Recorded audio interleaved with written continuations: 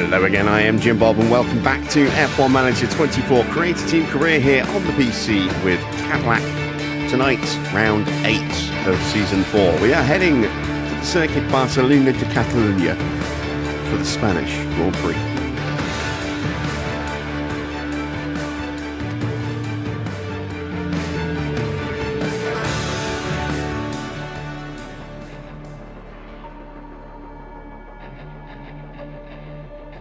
We're hoping for another good result tonight. I don't think we're going to do anywhere near as well as we did last night, where we just had safety car after safety car after safety car, didn't we? It was crazy. The race that never wanted to finish, but eventually did.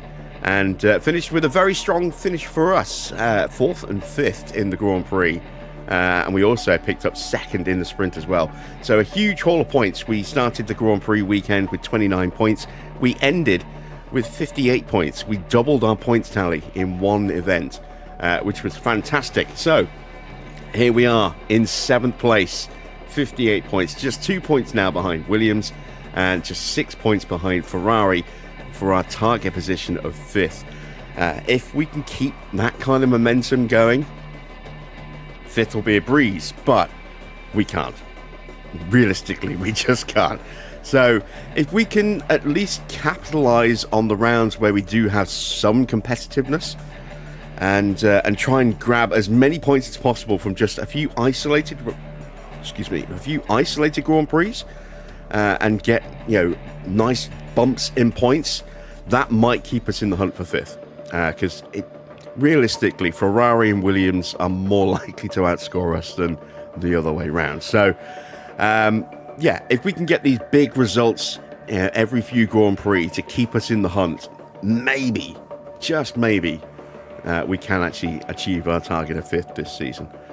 We do have some upgrades in the works, but they're not exactly big upgrades. They're little, just small, tiny improvements. We've got a new rear wing on the way, a new suspension on the way, and we are building spare chassis. We've got a brand new underfloor that we've just started to manufacture. We've got 2 of those going, which is why we're now 63 grand in debt. We started with just the one and then immediately bumped it up to a second to go into debt slightly. We are going to get some money. I hope we get money from today's Grand Prix weekend. We are in the middle of the month, so a little way to go yet before our next payday from the board. Well, actually, no, it's a paid deduction from the board, isn't it? We lose about 2.1 million every month from the board because of our wage bill. But we do have sponsor money right around the corner, as you can see here, on the 18th, right after Spain. We get an injection of cash from our sponsors and the chance to then see what we're going to get over the next 6 weeks.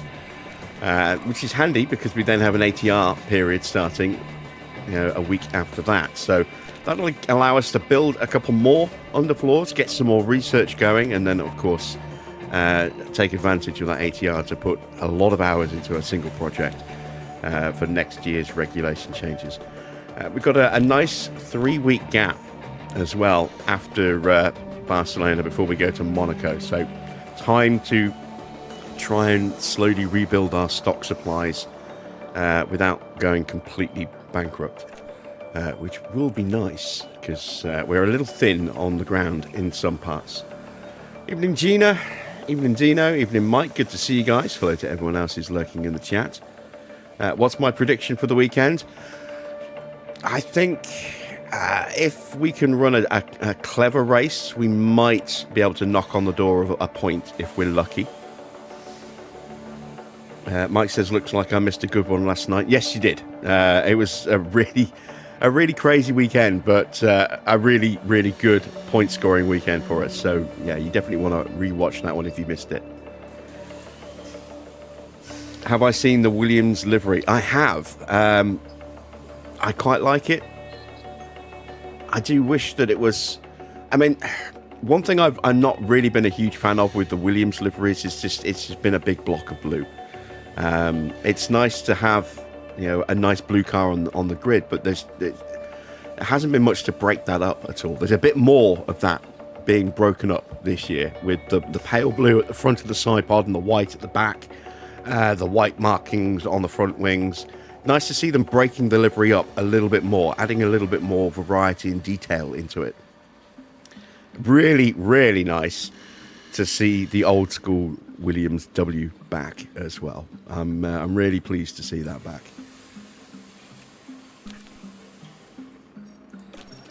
Right, targets for tonight. Car performance is, as always, awful compared to everyone else, but we will press on regardless. We're going to go 18th or higher with both, because we really need that cash.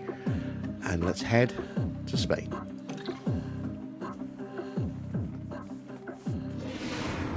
Thank you for joining us for the Spanish Grand Prix here in Barcelona.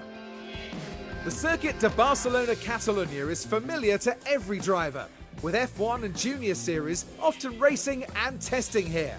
It's a proving ground for aerodynamics, so many new car parts are brought to Barcelona to see how they can handle the track. Red Bull have outscored their rivals to be at the top of the Constructors' table right now. But there's still a long battle ahead for the Constructors' Championship. Now let's get the weekend underway.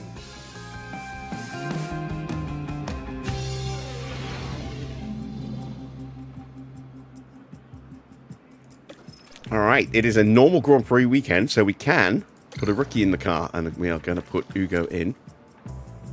Do I want to sit max out? Is there anyone else I want to put in? No, not really.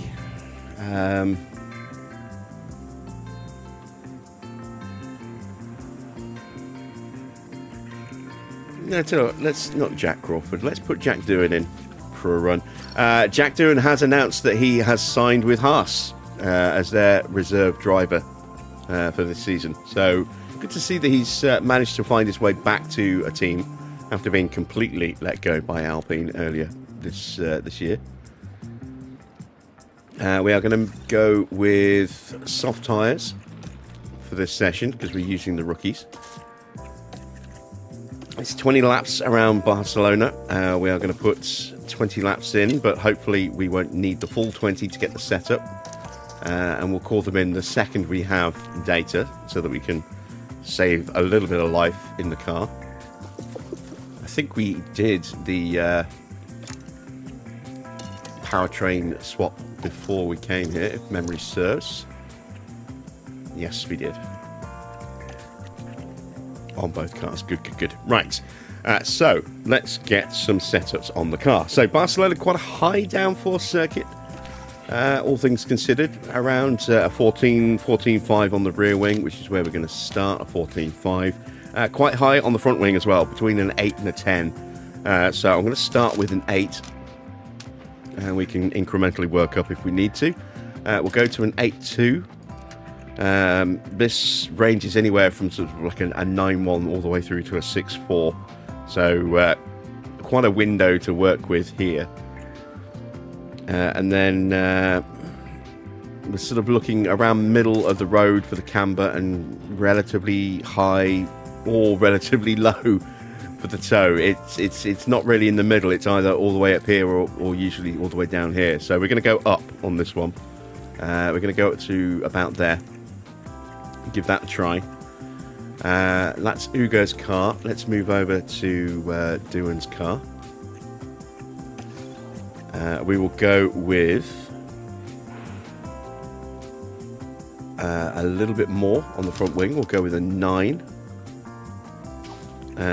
We'll go with a 14.5 again on the rear. Again, I'm going to go with an 8.2. And then I'm actually going to put this up just a little bit less. Pop that up just a tiny bit more. There we go. Let's see how those setups work as we hit the track. And again, we can use Doohan here as kind of a benchmark for Ugo, so we can keep an eye on his pace potential. There is a slight difference in the car powertrains, but nothing substantial. Nothing that shouldn't really, should really cause any issues.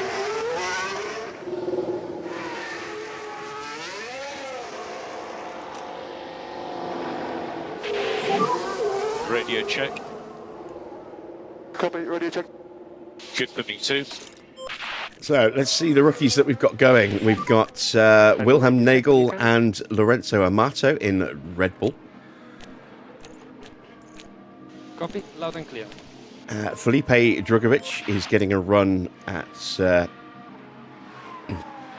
Toyota. Luigi Dalla getting a run at actually no, that's at Audi, isn't it?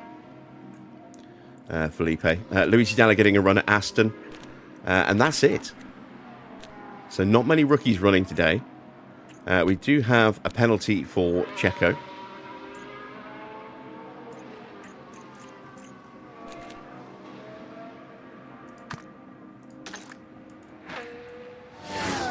As always, we'll tell them to avoid the high-risk curves.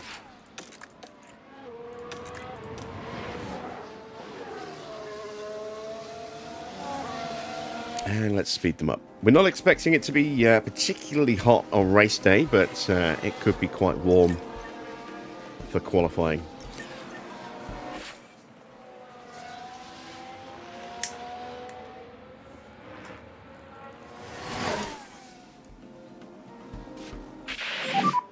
Let's see what happened there. Along the straights here. Just a bit Ooh, too a little wide excursion at that into point, the gravel for and they Antonelli might want there. to take a look at the floor of the car there, because that won't do it any good.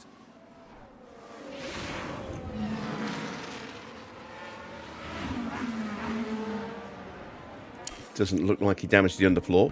Lucky boy. There is some wear on the RedBull powertrain there. Not sure which of the two drivers' cars that is.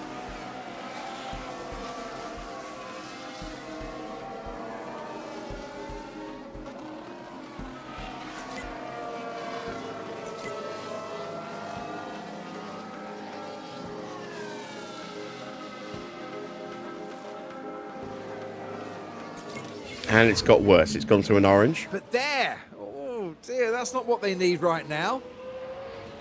It's got yellow flashing on it, which means it's probably car number 2, which means that'll be Charles Leclerc's car.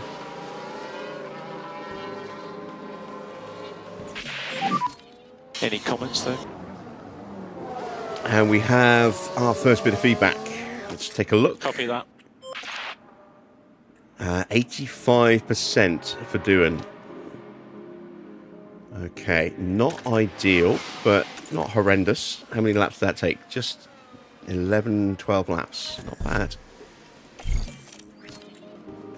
And there is our feedback for Ugo as well.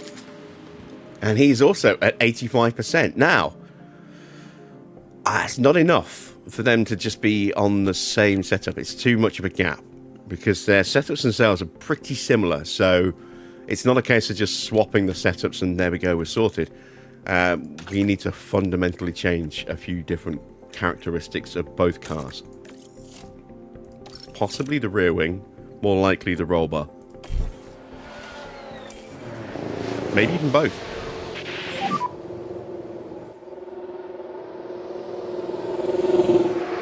And we need speed limiter on, speed limiter on. And stop on the marks. I believe that is a 16-year-old picture of Ugo. So, yeah, it's the rear wing. Let's drop that down. What else? We could probably change this. Let's drop that down to a 7.3. Let's bring this down to an 8. And let's try and then rework this. So let's push this up to a 3.4. That brings that closer, that closer. That's nice and close. Now we need to bring this up. That might be a bit too much. Let's go down a bit and down a bit. Now that's not right. Let's go up to an 8.5. Not convinced by that. Let's take that up if we can. No, it's got to go down again, so that we can bring this down. And there we go. We've got a good gap there. Decent little gap there. Gap. Spot on gap. Let's see if that works.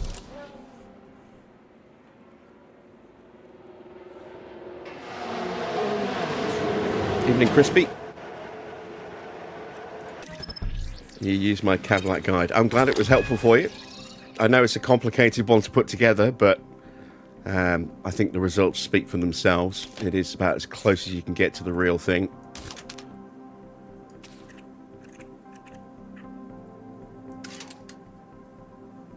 I do always try and pride myself on putting out high quality creations when it comes to the logos.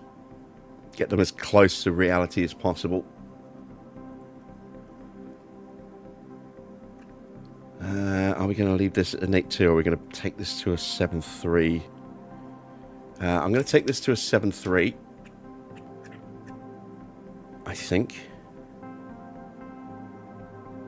Yeah, let's try it. Let's drop that back down to an 8.5. And we do need to make some other little tweaks. Let's see, can we push that up a bit? Yes, we can. Let's bring this back up as well. There we go. I'm pretty happy with that. That looks good all around.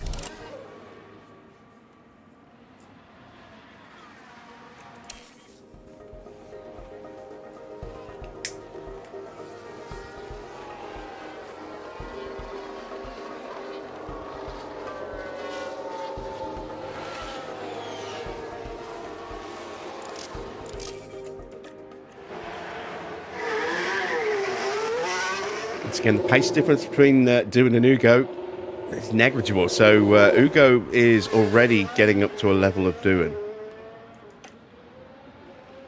And with another couple of years of some pretty heavy training, Reminder for brake temperature. he will be ready for an F1 seat.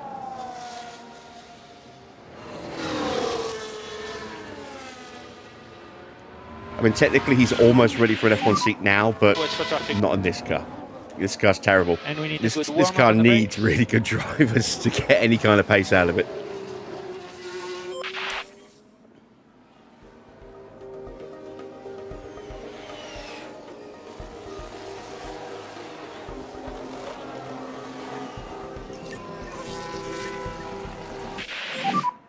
And try to work on your front tires.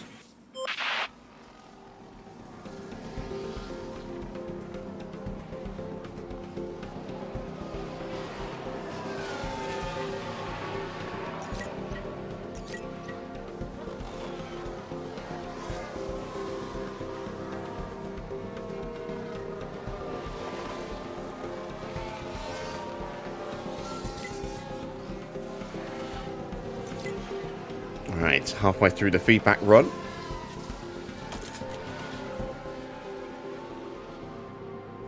Difference in car part knowledge. I'm not sure why. We'll have to double check that they are running the same spec at the end of the session. I thought they were.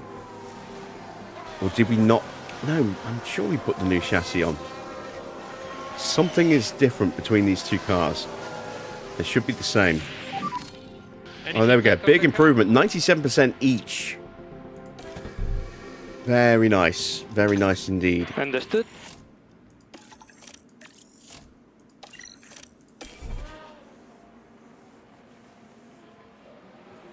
And we managed to catch Hugo before he started another lap. Excellent. And stop on the marks.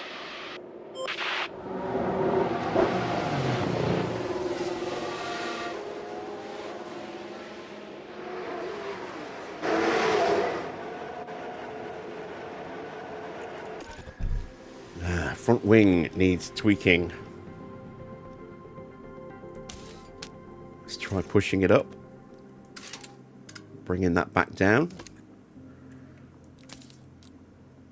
Ooh. Yes or no? Yes or no? Let's go yes, and it'll probably be no. That's often the way. But we've got plenty of time to fix it if we're just 1% off before the end of the Grand Prix weekend. Before the end of the practice weekend. All right, let's get Doon back in.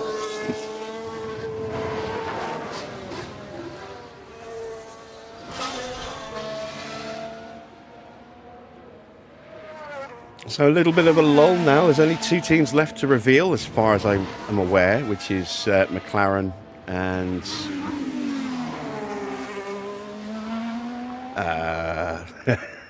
oh no, we've got 3 because Cadillac as well. McLaren and who else? Aston. So we've got Cadillac on Super Bowl Sunday, and then I'm sorry, Cadillac on Super Bowl Sunday. Then, McLaren and Aston both revealing on Monday next week. And then that's it. We'll have all the liveries.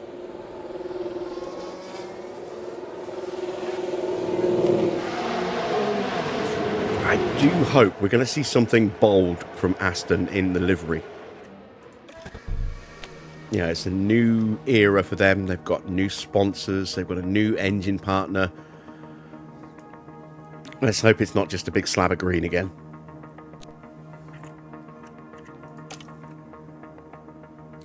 Right, okay. Let's see.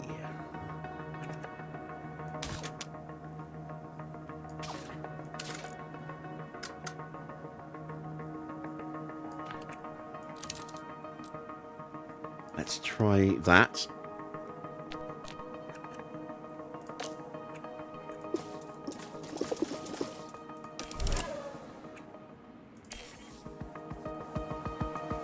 I'm really curious as what we're going to get from Cadillac, whether it's anything like what we've seen from some of the modders that have put liveries out there.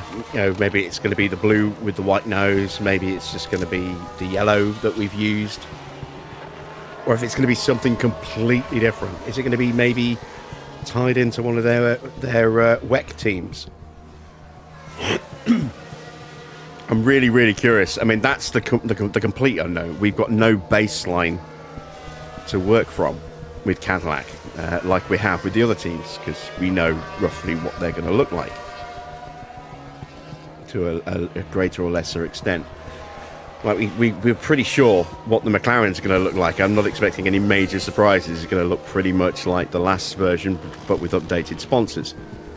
Mainly MasterCard taking over as the title sponsor, but really, really curious as to where we're going to go with Cadillac, because we've got a blank canvas. So let's hope that they come up with something really eye-catching and not just something bland like we've seen so many times in the past from other teams.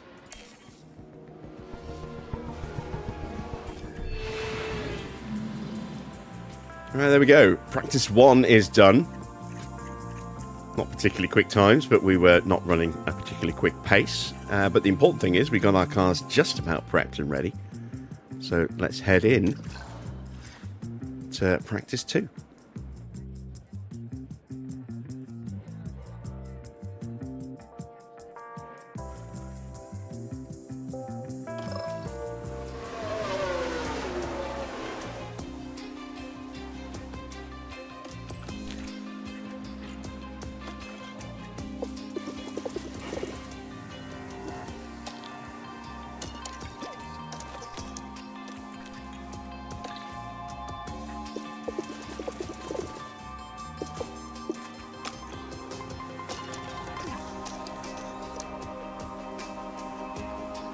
Evening, Wayne. Good to see you. Right, so 30 laps of fuel. We've changed our setups. Want to check the components, make sure that they are both running. Yeah, there we go. It's the chassis. So car 2 is running the new chassis. Car 1, that's Hamilton, is running the older chassis because he had that big smash. So let's change that. There we go. Bit of extra speed, slight boost acceleration in DRS, a little bit of extra medium and high speed downforce, and a smidge of improved engine cooling. Everything else should be the same now, so they're on the same front wing, same rear wing, side pods, underfloor. Building these new ones now, so we'll have those for the next Grand Prix. And suspension, excellent. There we go. Both cars running the same spec.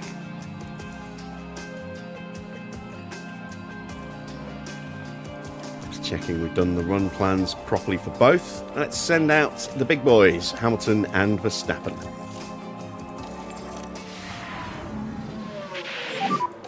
Green light.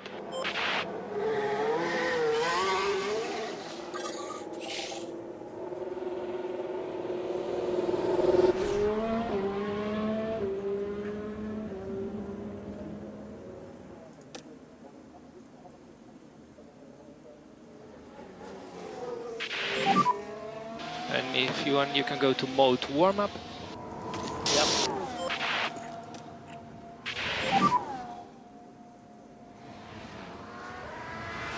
Okay.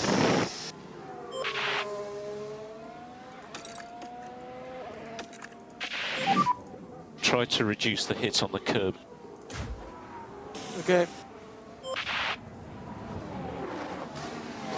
All right, there we go. They're both on track. They're both told to avoid the curves. Let's speed them both up.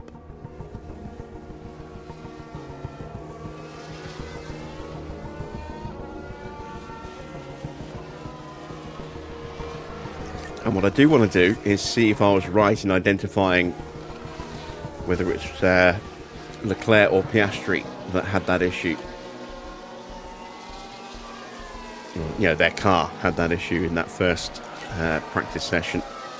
The part will have been swapped out now because it went orange. But I'm waiting for... there is Piastri.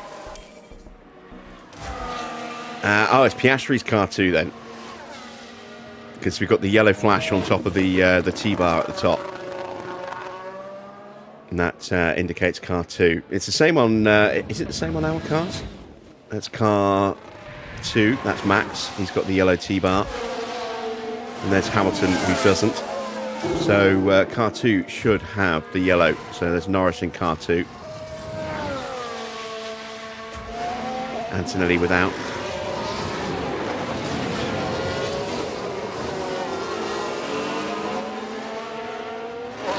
So it's Piastri who had the, or his car that had the engine issues in that first session.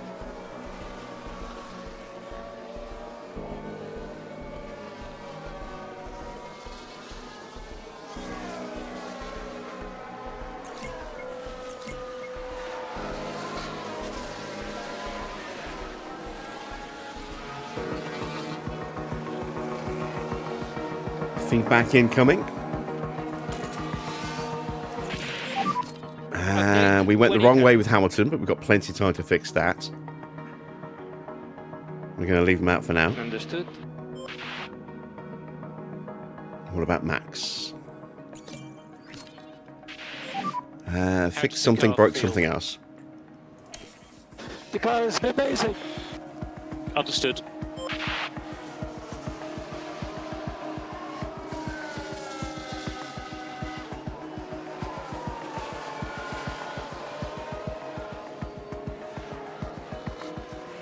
Have I ever managed to get 100 set up on both cars? Yeah, all the time. We might do it tonight.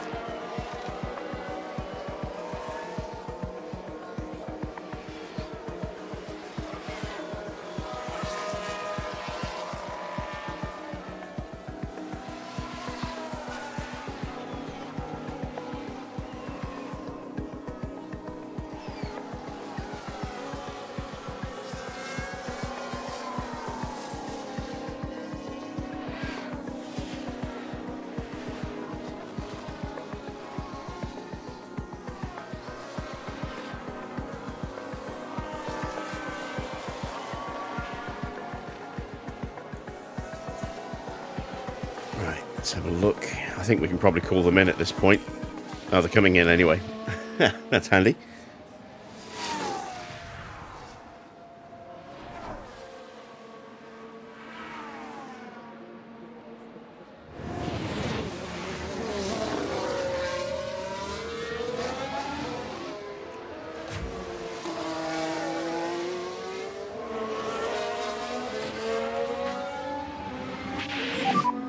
And box, this one box, speed confirm.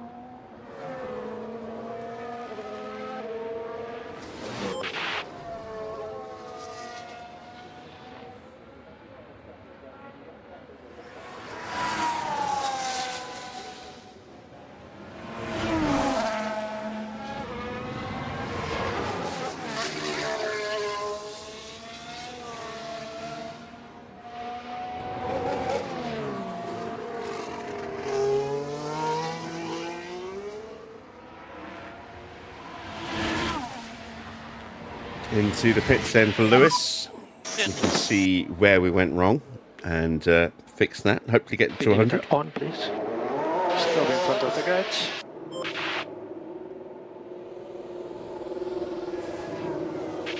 Max about to pull into the pit lane as well. So limited. There he is. On now. So stop on the marks. Right, so let's go the opposite way then. Push that up. Let's take that up to there.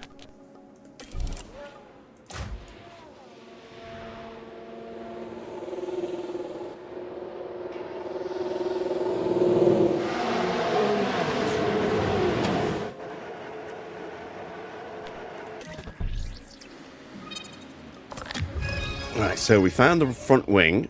This is now slightly off.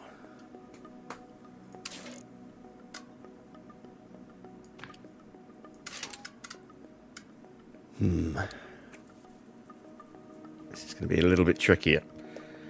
Which way do I go with this?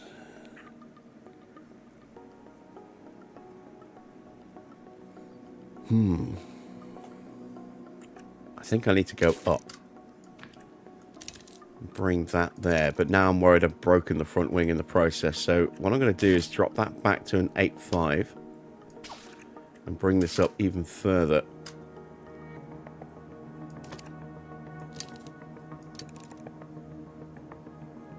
And let's see if that works.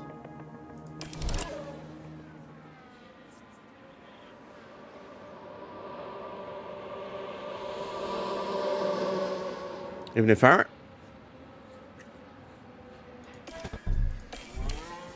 So we are done with practice 2. We'll slap on a set of mediums for the next session. A little spin for Mick.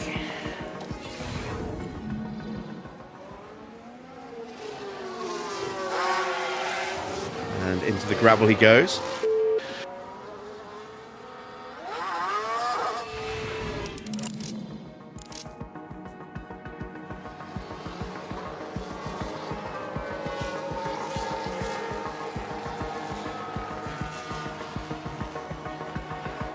Now Stroll having a wobble through the chicane. Now this is what happened as they took turn 8.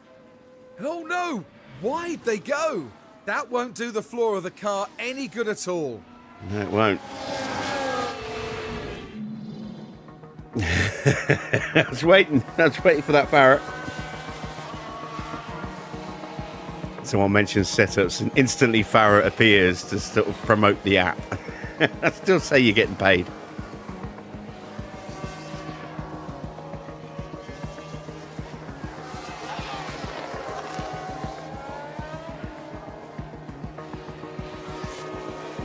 It's like looking in the mirror and saying Candyman 3 times.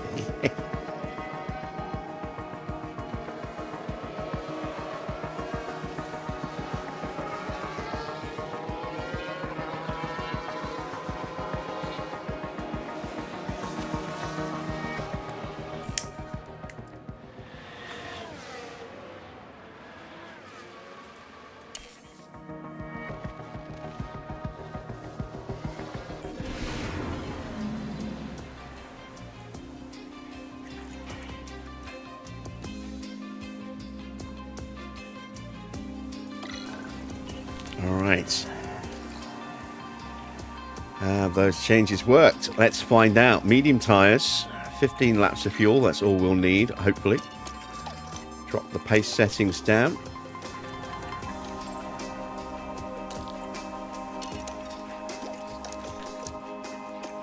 We're already at a point where we'll be at 100% driver prep. But I do want to know how the setups are going to work. Let's send out Max first this time.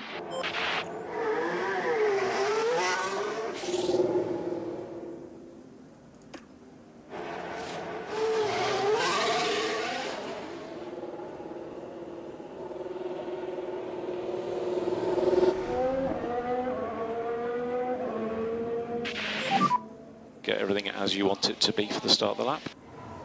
Okay.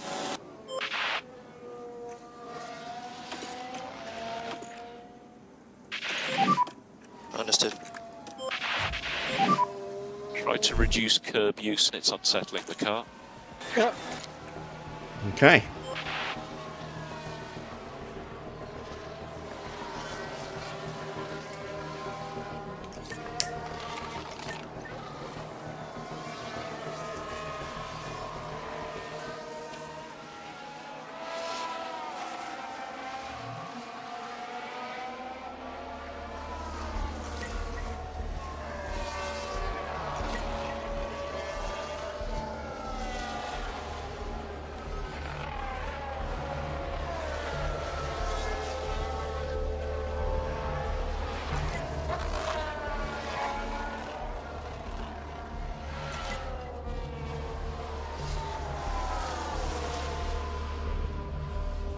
Moment of truth.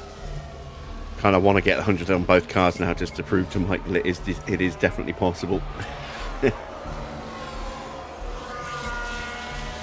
Feedback incoming. Oh, they're going to come back to the garage. We need them to stay out just a little bit longer. Don't, Mike. Don't turn to the dark side.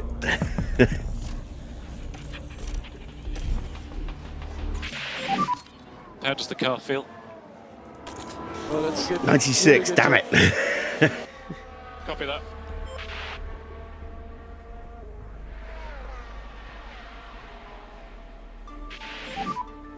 Confirming you are boxing this lap. You've made the regrettable decision of making Final Fantasy X your 2000th plat. You've done so much of it, like Blitzball, maxing the sphere grid. Oh, dude. I'm guessing by when you mean Ultimate Weapons, you're talking about the Celestial Weapons. That game's amazing. Blitzball was so much fun. I remember back on the PS2, sticking Brother in the heart, in the center of my team, and I mean, he just became an absolute monster. He was so fast, so strong. He would just basically sweep the entire area, and no matter who got the ball, Brother would be on him really quickly and just batter through him.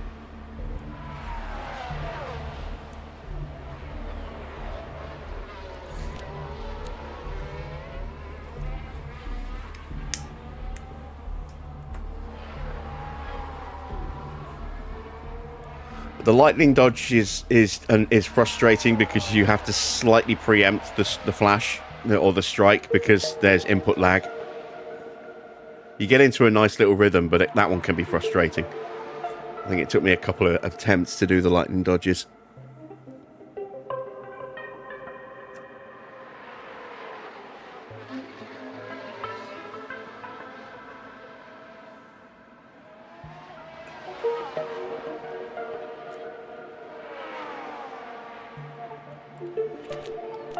The butterfly game can also be a little frustrating, but you get the rhythm down on that one.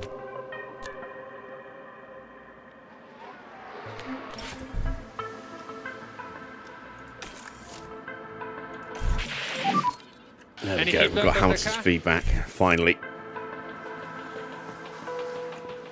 Just as he was about to run out of fuel. So, what did we break? We broke that.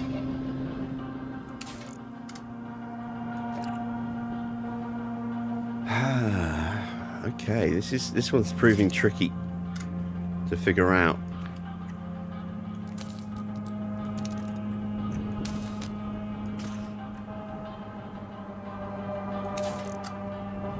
It's going to have to go down even further then. We'll try that. And there we go, 100 on Hamilton. Evening, Daniel.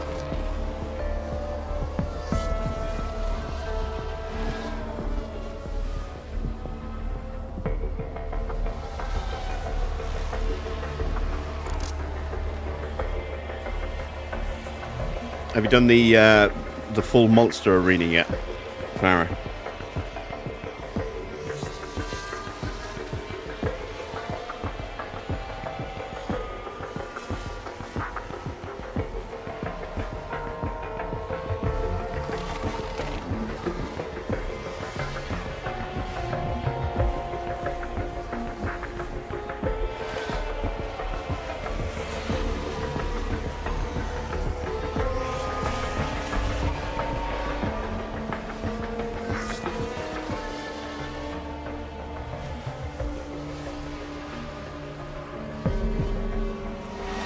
outside of Nemesis and Penance. Let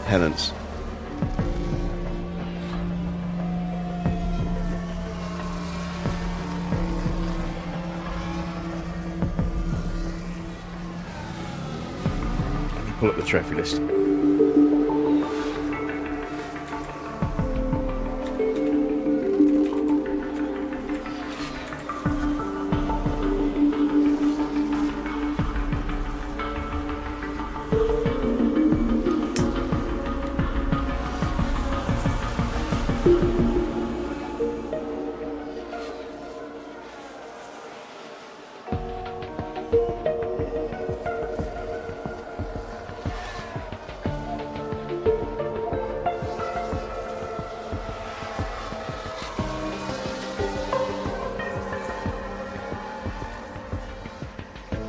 Yeah, Nemesis and Penance. I'm trying to remember.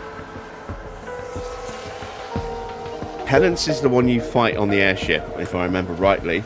Nemesis, I think, is the one you fight in the dungeon, isn't it? I always thought that was Omega, unless I'm thinking of a separate one.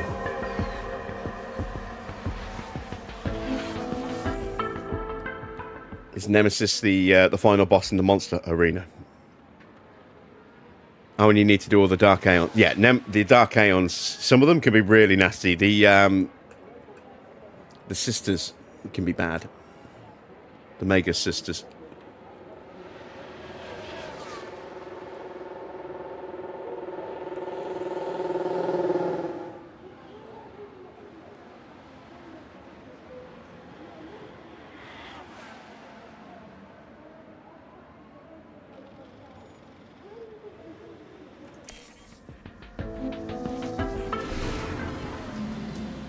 All right, there we go. Practice is done.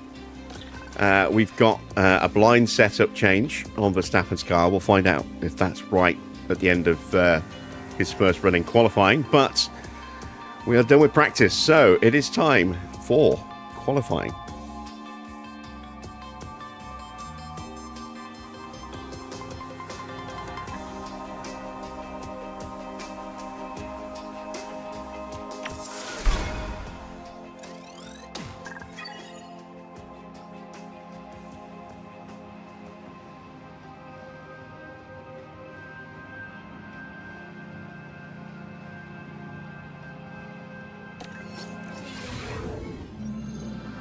Hello and welcome to the much anticipated qualifying session. Teams often bring upgrades to Barcelona, so the qualifying order could be a little shaken up.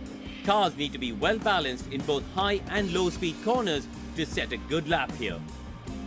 Now, Karun, you and I were actually just talking about that man there, Max Verstappen. How do you think he'll be feeling today? Looking at the lap times, we saw a real lack of pace from them in practice. They never looked quite comfortable with the setup, and they'll need to try something new for qualifying if they want to get past Q1. And you're right. Well, it's nearly time for qualifying.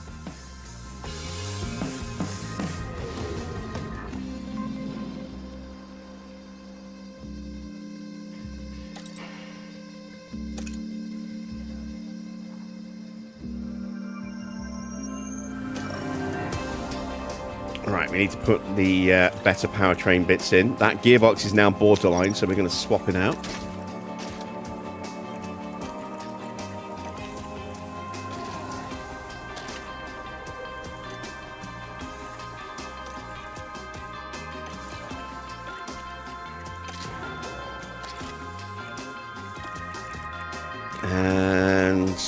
And we might as well swap that one as well. Save the other one for practice now. We're almost at the halfway point of the season and we're only just going on to the second gearbox. So assuming we don't have a big shunt at some point this year, which totals a powertrain, we'll easily have gearboxes to get through the season. Curse of the commentator and everything. There we go. Let's find out just how quick the cars are. 5, 4, 3, 2, 1. Green light.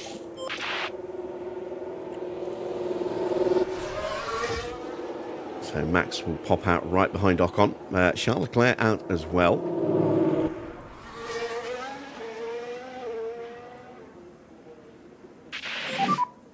try to work on the front tires. Yep. Get the tyres ready. Yep. Evening, Johnny.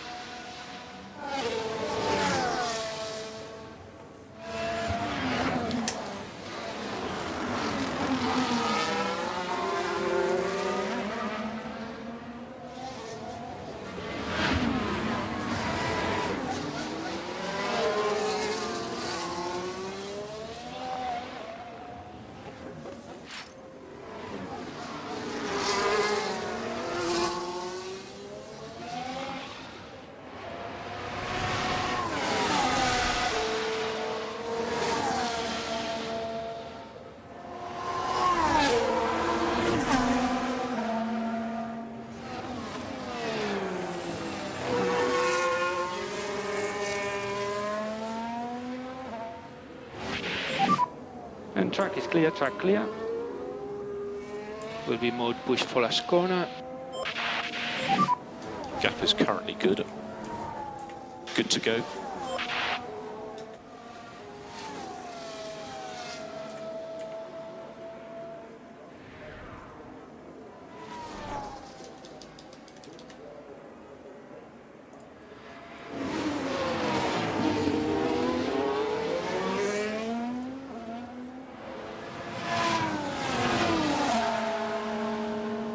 A lean, mean pink machine. So Max slightly up over Hamilton in the first sector. That might be down to getting a toe down the main straight for a mock-on. Leclerc quicker than everybody.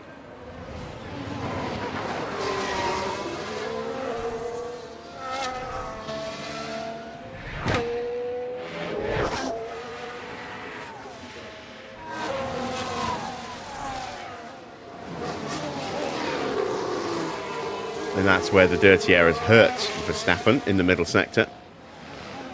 You see he's actually gapped, dropped a bit of a gap to Ocon. Once again, Leclerc quicker than all of us. Hamilton crosses the line for a 112.3. Ocon will go a little bit quicker, a 111.8. Max will be just behind Hamilton by 52 thousandths of a second. And here comes Charles Leclerc. And he blows everybody away with a 111.3. What about Valtteri? He's quicker than everyone else, apart from Charles. Just quicker than Ocon. Not a bad first run, but not amazing. Let's see if Max's setup is nailed.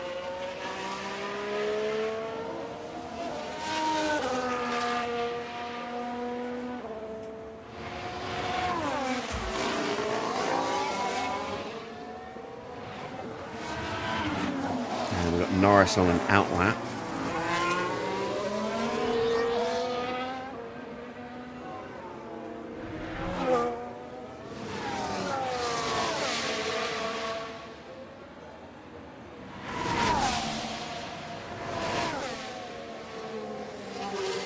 There's Norris just popping onto the straight there in the background.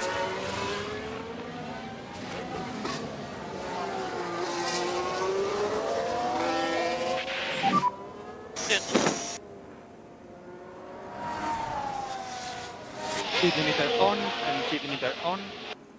And stop in front of the garage.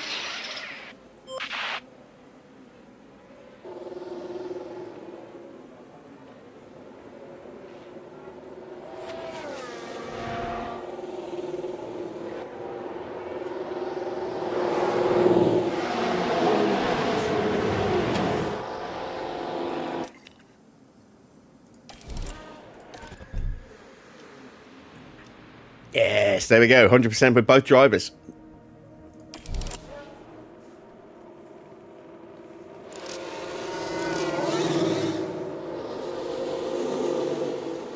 All right, let's watch Norris.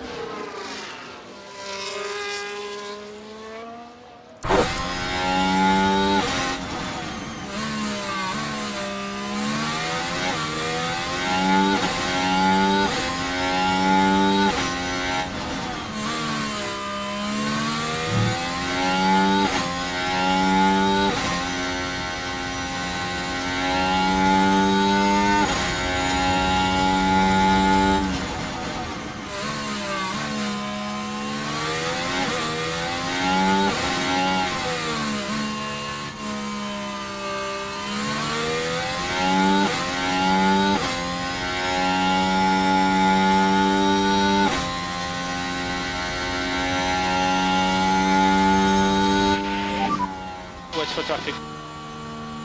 All right, Norris pops himself up into P2, a couple of tenths behind Charles Leclerc. Mike says it's the one thing you haven't achieved yet with the drivers, and I made it look easy. Well, it's not easy, but I mean, it's easier if you have a good understanding of how the sliders work. We had an off for Carlos Sainz. Watch out for yellow. Yeah. Let's have a look at that. Right, so this was the fourth corner. At turn 4, locking up into the gravel. Well, you can see the lockup. By that point, it was just too late. Yeah, and once you understand the relationship the sliders have with each other, how one interacts with the other when you move them, and the gaps that you kind of need to try and generate when you're trying to find the setup, it becomes much easier. Having a good starting base point kind of works, wonders as well.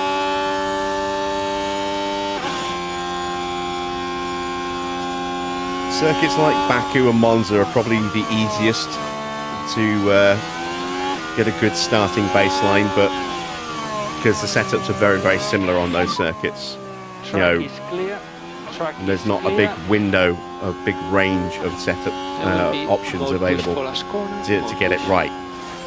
But that is Sainz into the pit, so he's aborted his lap.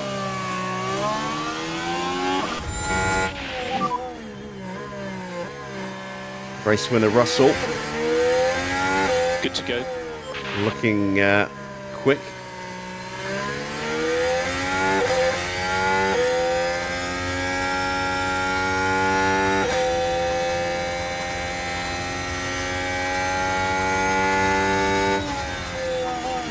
And he goes P2. Still nobody has caught Leclerc's time yet. What about Oscar? No, Oscar can't get there either. Right, Hamilton's on an improved first sector. Max is not.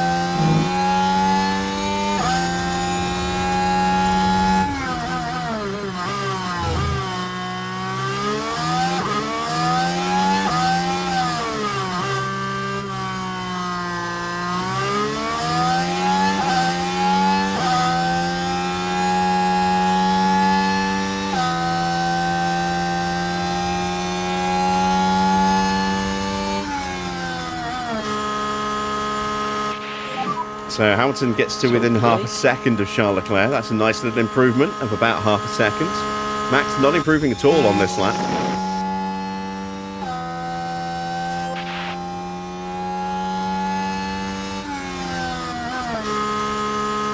Slightly quicker in the final sector, but lost too much time in the first part of the lap. So he stays a second off the pace. Okay.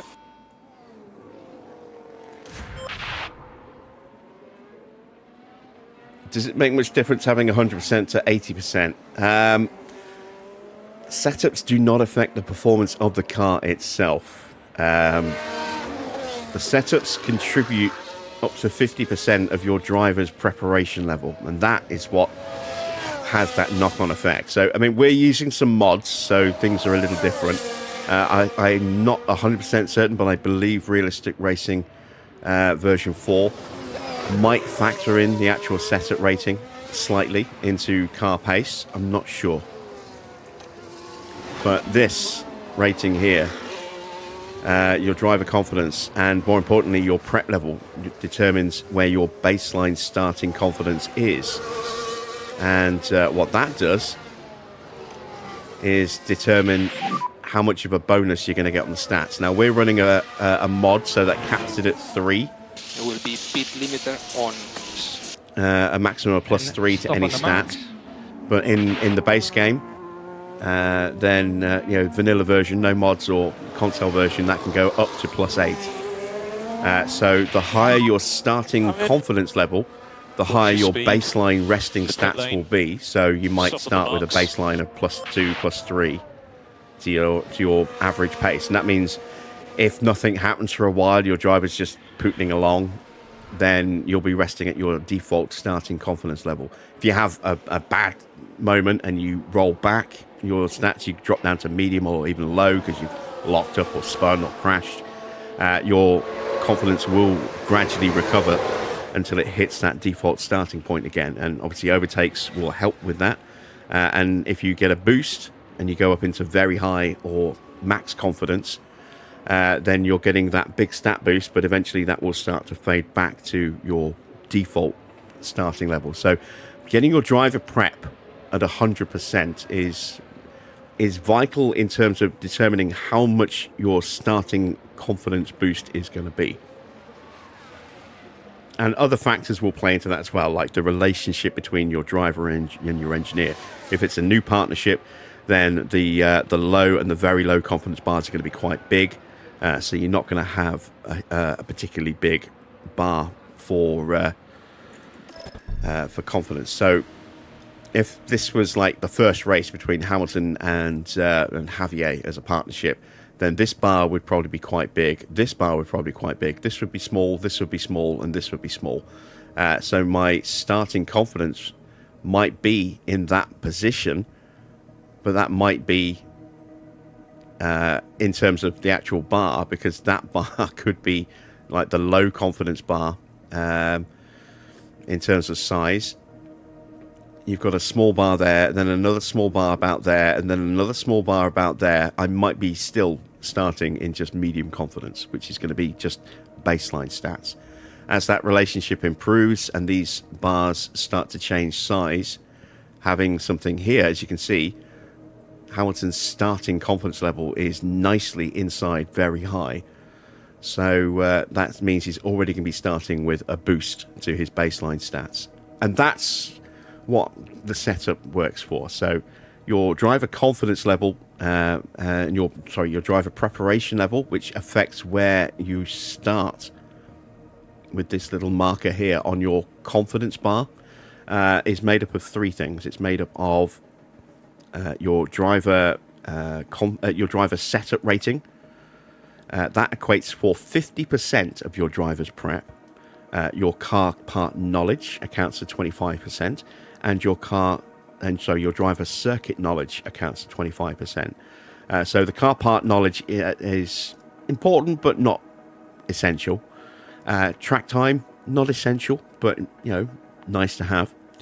Setup rating, that's worth half of your starting confidence alone. So yeah, that's why that's so important to try and get the setups maxed out. And of course, you can also save a little bit of time on track if you have development drivers who are focusing on car development rather than on their own skills or marketability. That reduces the amount of time you need to spend on track, boosting your track knowledge or your car part knowledge. But the setup, you always want to try and get that high, simply because it directly affects where your driver's starting confidence level is going to be. It's a bit of a long-winded explanation, but I hope that's kind of explained everything for you.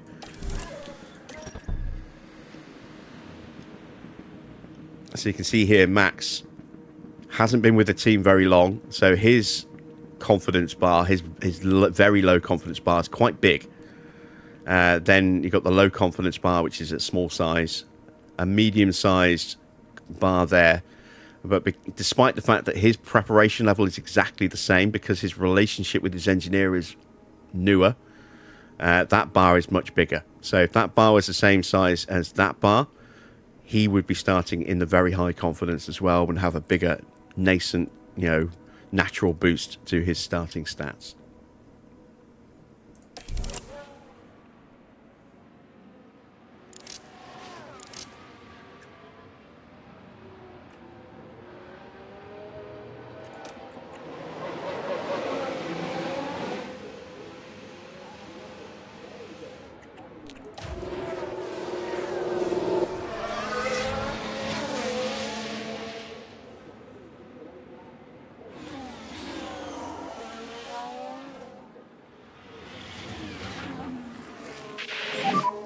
Just work on your tyres.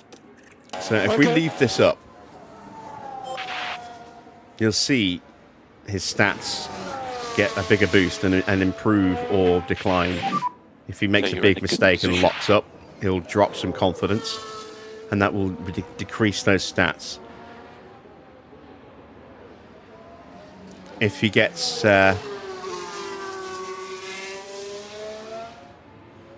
If he gets a purple sector or even an improved sector, he'll get a slight boost, and that might be enough to bump him into the next confidence level, which is max confidence. Evening, no clue.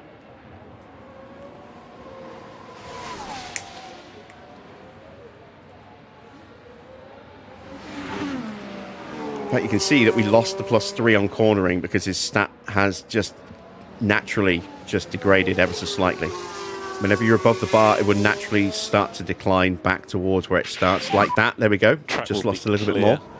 But when you're low, Push it will and good naturally to go. just rebuild itself back to that starting point there. So let's see if we get a personal best sector. Let's see if we can directly influence those stats. We're on old tyres, so we might not be able to, but we'll see. Got a yellow flag out there somewhere. I think that might be at turn 4. Oh, it was Antonelli at turn 8.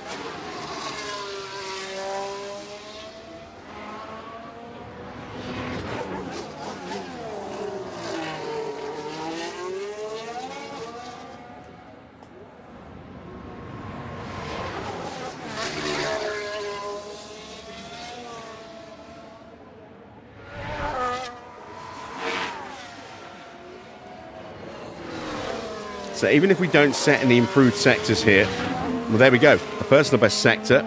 We got into the maximum level confidence, and our cornering just went up by a point, so it's now capped at 100. Just completing a flying run will give you a little boost of extra confidence as well. So you'll see the bar go up and the explanation pop up as completing a flying lap. And we got a personal best as well. Fantastic. So there we go. Look at that. We're now +3, +3, +3, and then just +2s there. There's a tiny little sliver left on the confidence bar. Otherwise, it would be +3s all round.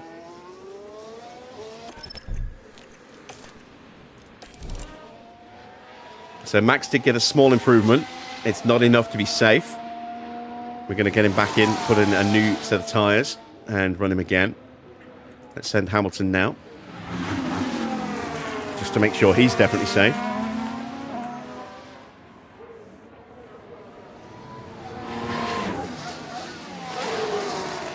We just signed Fernando to team with Checo. P4 in the constructors. Here we come.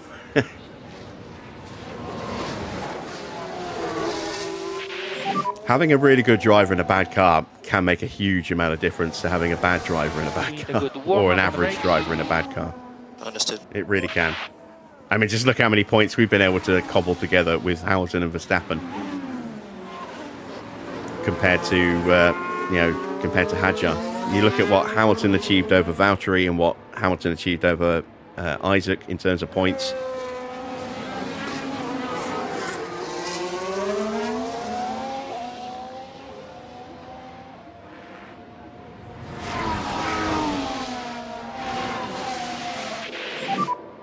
Yeah, I'm in. So It's going to be a very quick turnaround in and straight back out again. Marks.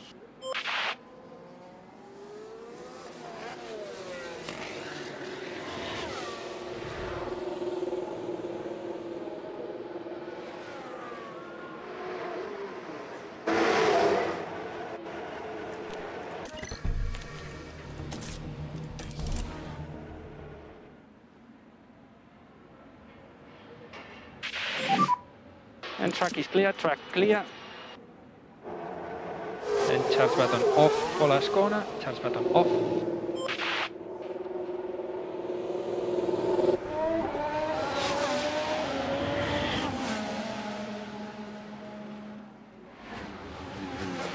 Right. Thankfully, Hamilton got through into turn 1 before Max came out. I didn't want that potential risk of getting in his way.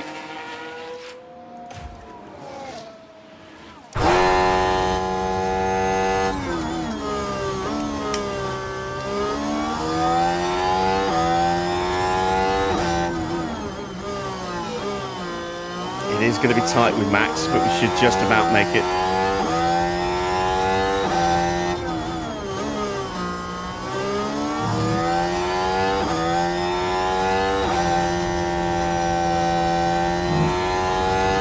Russell goes top.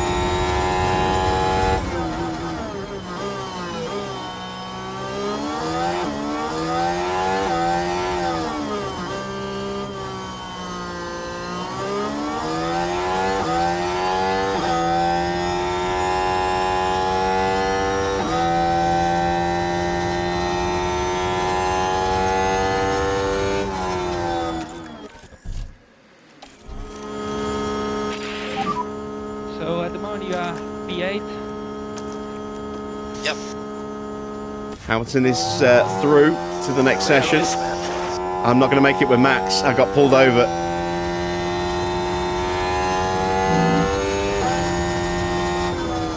I missed it by about 3 seconds. Damn it. So Max might get eliminated here. Gasly is on an improved lap.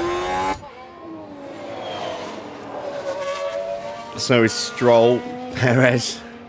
Even Lindblad might knock him out. Lindblad's about to cross the line, I think.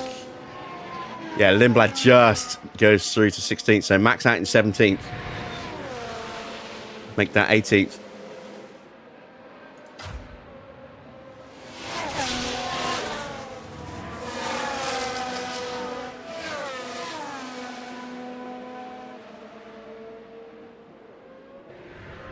Bortoleto improves. Perez goes to 18th, so Max down to 19th now, and that's it. So Lindblad, Perez, Verstappen, Bearman, O'Ward, and Lawson are the drivers eliminated. Hamilton through into Q2. And it's going to be a long afternoon for Max, but if anyone can fight his way through, it's going to be him.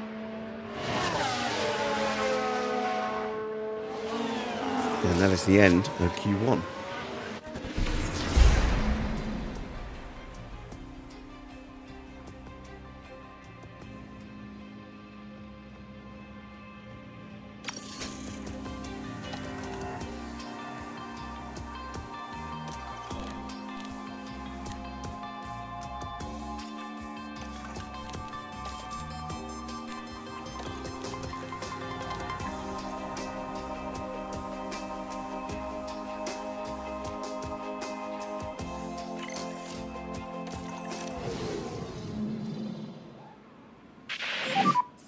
So now we have green light.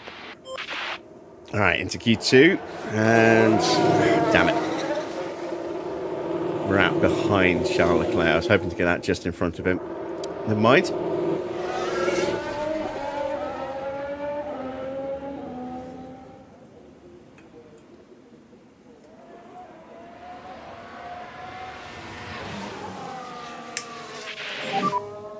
And we need to try and sync all the gears.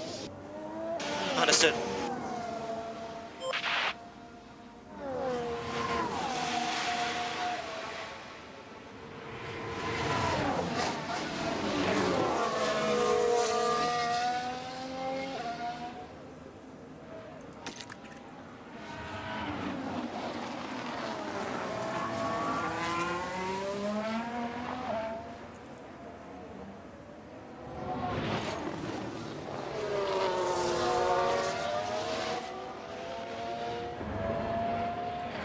I mean, we're on squad tyres that have done 2 runs, so this isn't going to be a time that's going to have any chance of getting us through anyway, but we'll at least get a really strong first sector out of it.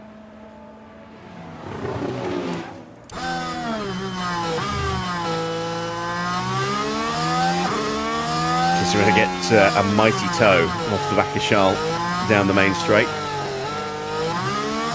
And then we're going to get dirty air all the way through the middle sector and lose a whole chunk of time. There will be charge button off for last corner.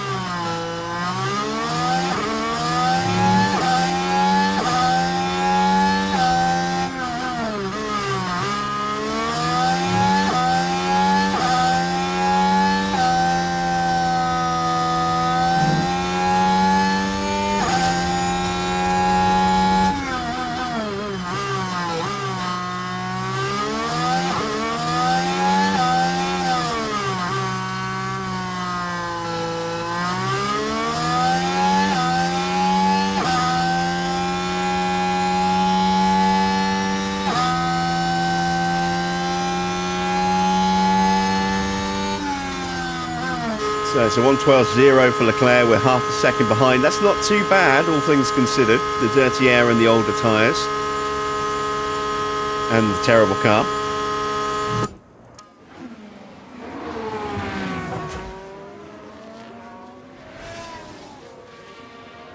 Stroll's about to cross the line, and he goes top with the 1:12.0. And Antonelli slots into third. Albon goes P5, and he's way off the pace.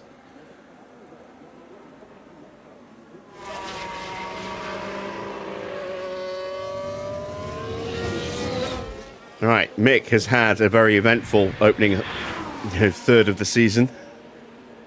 Let's see if he's a little more controlled today. Oh, he immediately gets blocked into turn one. Thank you, Gasly.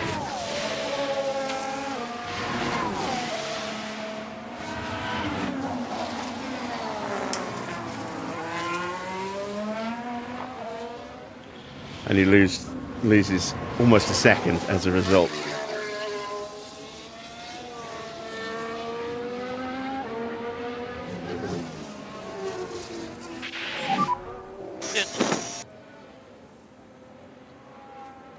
And we need speed limiter on, speed limiter on. Stop in front of the guards. Goes purple in the middle sector though. There's definitely some pace in that Nissan. Which is good and bad. It's good because it means it's a quick car. It's bad because it means it'll hit the wall really fucking fast.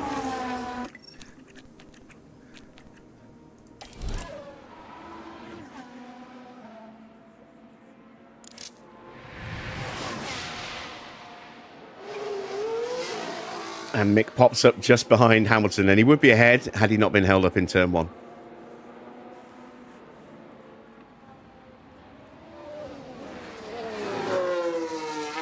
All right, Russell looking pacey in the first sector.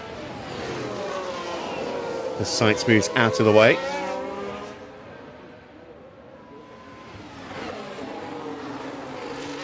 Sole remaining Ferrari, Carlos Sainz. We lost Ollie Bearman in Q1.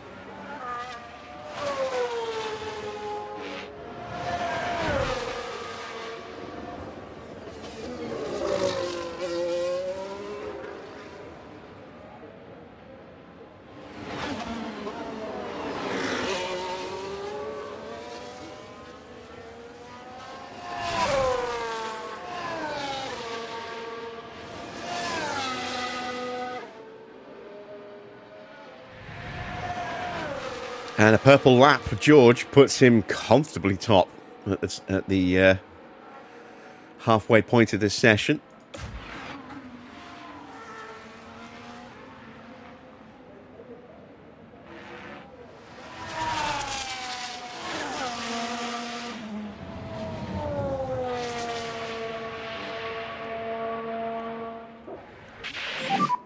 Watch for traffic. And will be charge button off for last corner. All right, not too bad for Gasly. Just behind Antonelli. Here comes Franco.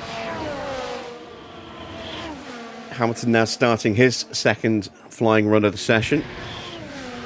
As Colapinto goes up to P2.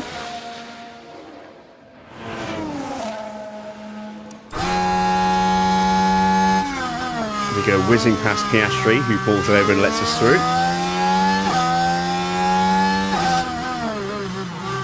Oh, I'll have to try and thread the needle. We definitely lost a little bit of time through turn 5 there.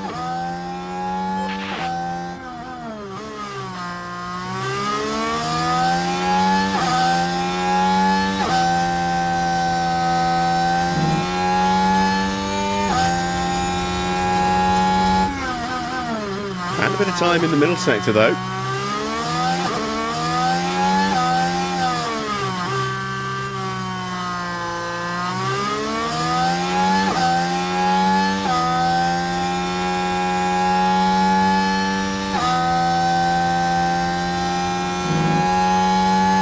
Valtteri jumps up to P3. Hamilton improves by 10th and a bit. 10th and a half. Might have been a little bit better. Might have been on par with Gasly had we not been blocked in the first sector there through turn 5. What can Bortoletto do?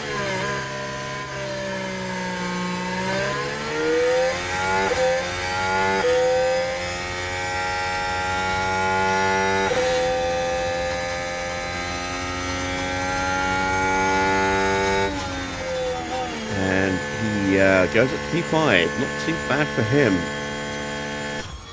Here comes Esteban Ocon.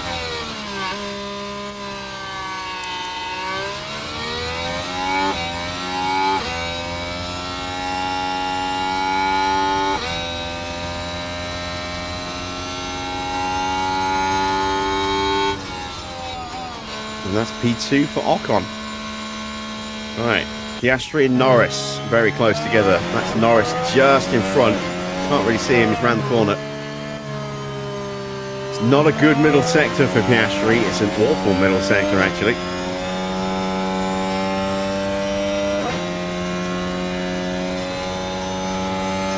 Norris goes up to P6. Piastri doesn't even get into the top 10. He's slower than Hamilton.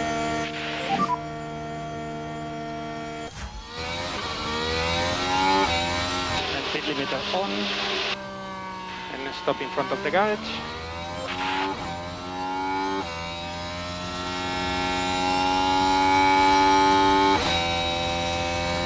Right, Leclerc's gone early. Tsunoda gets himself up into P9. That puts Sainz in the danger zone and Antonelli into the drop zone.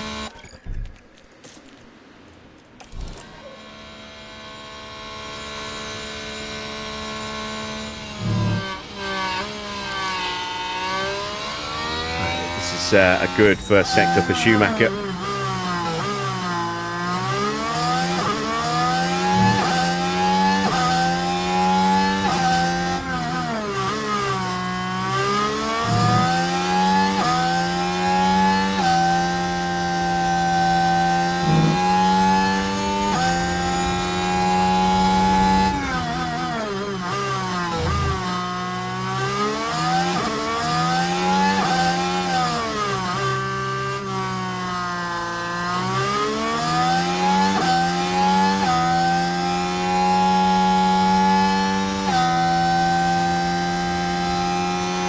Looking a very good time indeed for Mick. Albon goes P2, now Mick goes up to P2 and he's just 61 thousandths of a second behind George Russell. And Leclerc looking mighty quick in the first sector as well.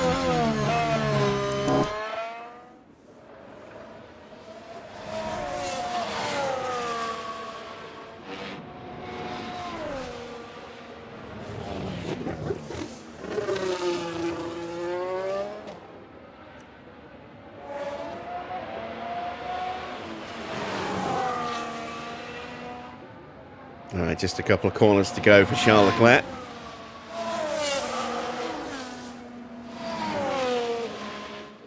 And across the line. This is good enough to go top. It is. Keep A 111.301.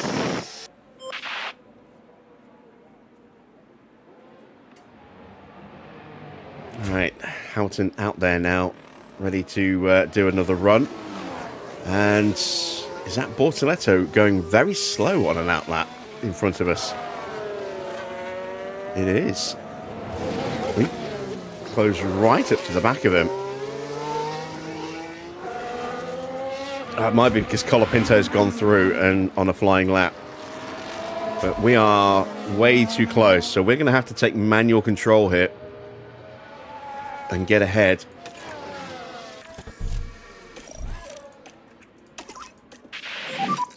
No lift off needed. You are doing a good job. Understood. Getting that clean air that we are so desperately going to need.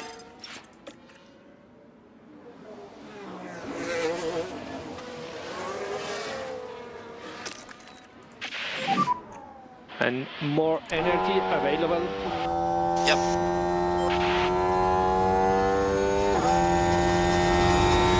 Right, so Colapinto's gone up to P6. Tsunoda is now in the drop zone. Bortoletto is in danger, but just starting his flying lap behind us. Antonelli's an improved first sector.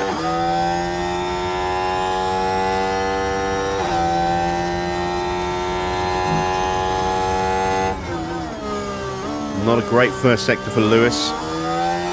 Tyres still not at the temperature. They're about to turn on. There we go. Hopefully we will find some good time in the middle and final sectors now. Tyres are where they need to be. We've got enough fuel and battery. We've got confidence. We've got clean air, more importantly. It's 28.7. That's 3/10 up on our previous run through the middle sector. We've got a yellow flag, and that's in front of us. That means we might have had to lift. Damn it. Single yellow, where you are. Stroll does Stroll things. All good at this point. Round they spin. And once it started, they were pretty powerless to do anything. Dumbass. Yeah, that hurt us. We did not improve in the final sector. We matched our previous best. So we're out. Ah, no! And we've locked up as well. Now we can see what happened. And nearly, just running wide. Ah, god damn it. So those tyres are now destroyed. Single yellow. So here we go, heading into turn 1. Oh, and the car locks up. And they'll need to be mindful of the effect that had on the tyres. Parked it in the gravel, but at least we kept it out the barrier. But that's both of our drivers out of qualifying now, unfortunately. As much as possible. So, Sainz is not improving. Sainz is out. 27.0. That's an awful first sector. Was that? Yeah, this is a flying lap. So Sainz is out. Let's see. Norris is out. Tsunoda is out, I think. Or is he starting his flying lap? He's starting. Piastri and Gasly. We just saw Gasly and Piastri. Piastri and Schumacher. There we go. Schumacher going purple. Gasly's had a decent first sector. He's a little further back.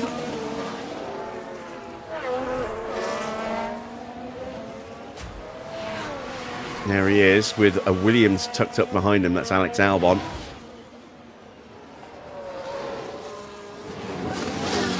Piastri should be through as long as he doesn't do anything silly. As long as he doesn't do a stroll.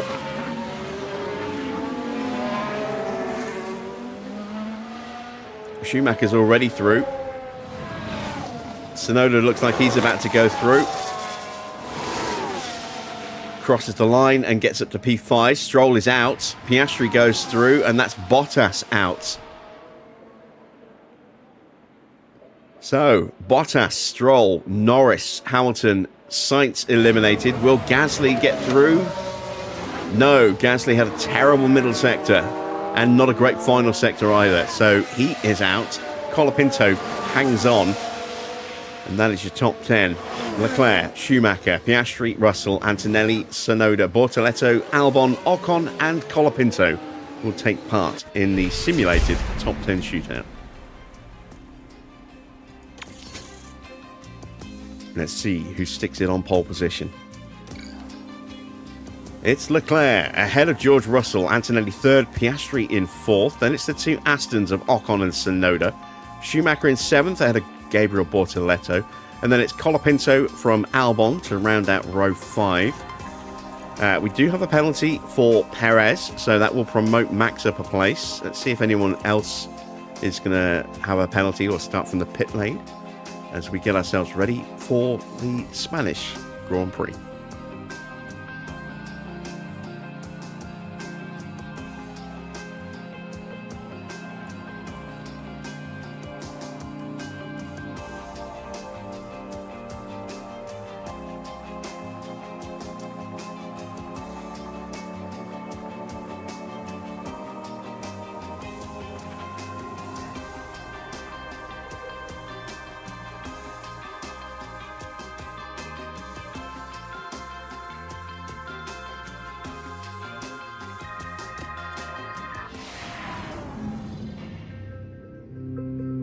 stage is set here in Barcelona. 66 laps around a track that the drivers know inside and out.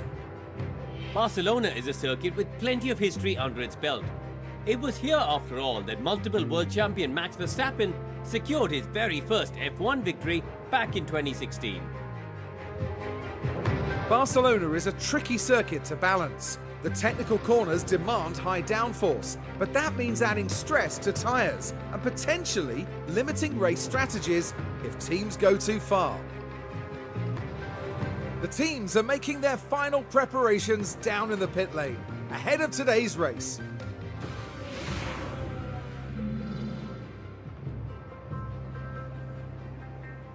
Let's take a look at the amended starting grid then. So, Perez with a 3-place penalty drops him down to 21st, Max up to 18th. So 14th and 18th are starting spots. Not ideal, but not horrible. Let's see what we can do from there. Max should hopefully be able to punch his way up at least a couple of places. Hamilton might be able to. We shall see.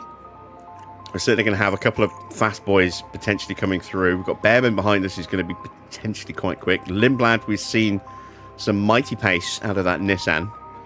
Sainz will arguably try and push forward. Norris should be able to push forward.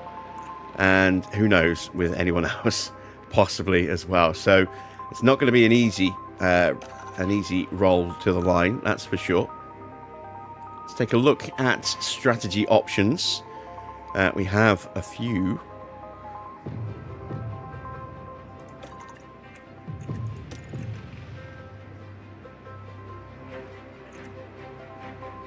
I do wonder if we can make a medium hard work.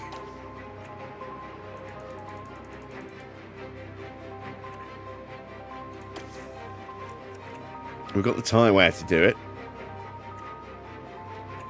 It's not going to be amazingly quick, but we'll have track position and we can certainly protect the tyres. But it's going to be warm, so they're not going to just melt, but they will definitely struggle in the dirty air, which is why we're probably going to be running a lower pace setting.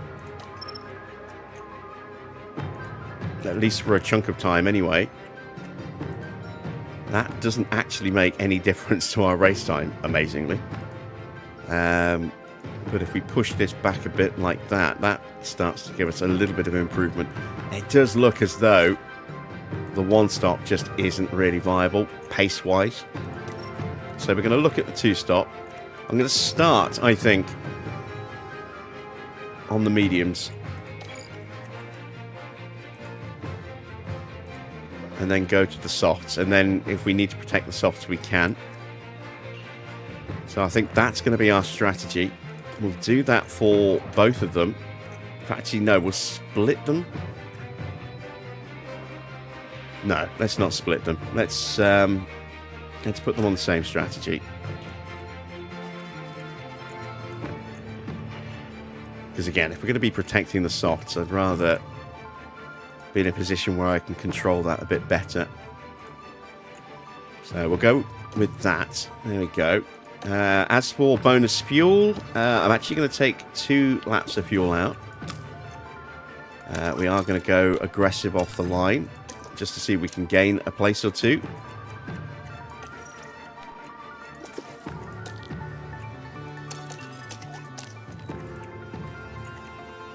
There we go. No adjustments need to be made. Didn't need to click there. Let's send them to the grid for the start of the Spanish Grand Prix. The anticipation is really building here. The fans in attendance are absolutely buzzing with excitement.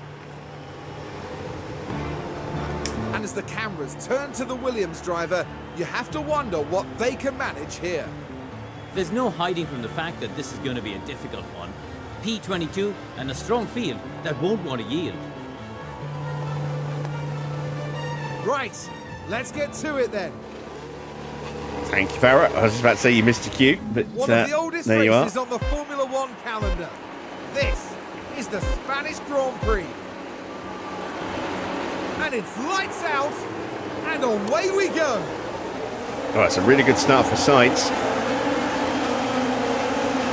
You see Max getting bogged down. And now Bearman's going to try and punch through as well. Max is 3 wide. Hamilton's down to 17th. And Max is down to 19th. A disastrous start for us. But a lot of cars around us on the soft tyres, so that did not help us. We'll have that soft tyre advantage for the other 2/3 of the Grand Prix once we get this opening stint out of the way. But yeah, not a great start at all, unfortunately. Just take care of the tires for the moment. Understood. We need to do the full management on this set. Yeah. Charge on. Yeah. But everyone got through the first turns with no drama, no one going off, no one clipping someone else.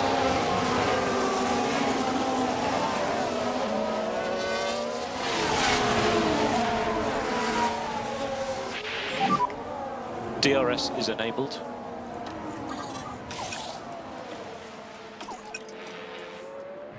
Car ahead is Gasly. All right, just holding back on the tyres at the moment.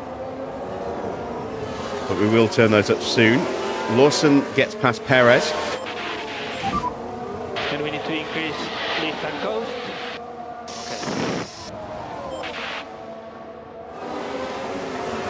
And now it's time to just give a little bit more tyre. And we need to increase pushing status. Is Hamilton under pressure from Pierre Gasly? He'll fight that off. Gasly's still not done. Has to back out of it through the chicane, and that's allowed Max to get back into DRS range just before the DRS detection point. You'll see Lawson having a look in the background, and here comes Gasly trying to throw it up the inside. And now we're going to turn on the batteries. So deployed. Yep. Mode push. Okay. Hamilton out of range. Antonelli into the lead. Leclerc second. Russell third. Piastri fourth. Ocon gets Piastri. And Schumacher got Tsunoda. Gasly gets us.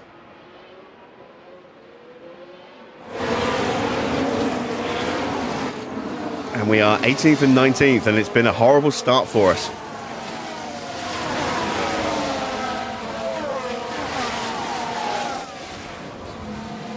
But the car's definitely not happy. Surely some kind of fault.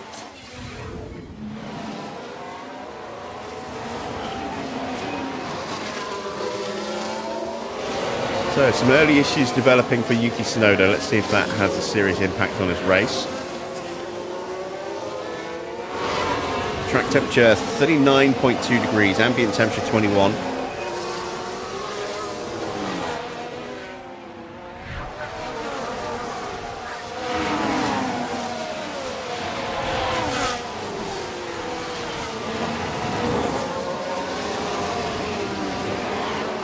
Tyre temps manageable at the moment, but they are creeping up. And I don't want to burn us out of battery too soon. Charge on. Yep. Because it can be a bit tricky to recover that. Understood. And we do have a soft tyre breakaway at the front. Ocon and Piastri are fighting over P4. They're 2 seconds or so behind the front three. See if Ocon's got the pace in his softs to actually punch his way out of Oscar's periphery. Get himself onto the back of the front three. Piastri's going to have a lot of pressure from behind, with Schumacher and Tsunoda in particular.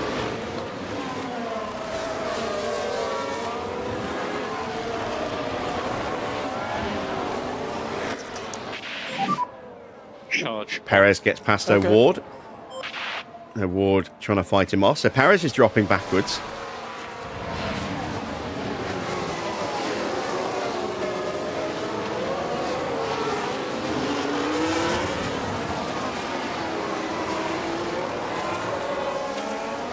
Hamilton now out of DRS range, so we'll probably see a swap for position with Max in a second.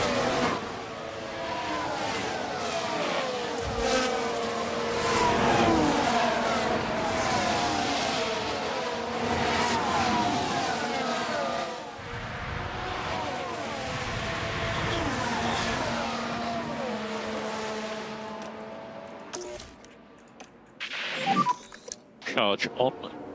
Okay. Oh, Hamilton does not want to let him through. Charge button on, charge on. Understood. All right, we'll keep charging. This focus is a long race. Charge on. And let's ease the tyre pace down on Max to cool the tyres a little bit while he's in that dirty air. No management required. Okay.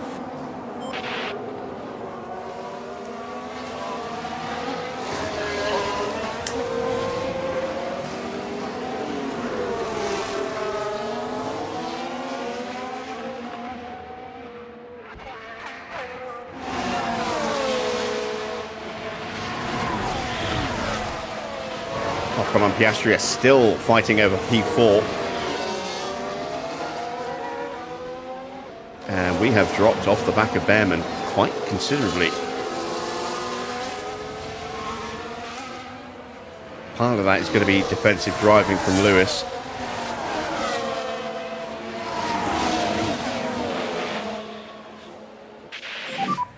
Lawson with DRS. And we have our first accident, incident, whatever you want to call it. Bortoletto with a lock-up at turn Here's 1. the replay. Now this was at turn 1. The brakes couldn't cope. Oh, he's Just so unable lucky he to didn't do hit much anybody. about it. That would have been a disaster for his race. If he had, it would have been a penalty, damage. Still might have to box early because of his tyres. And then Nigel.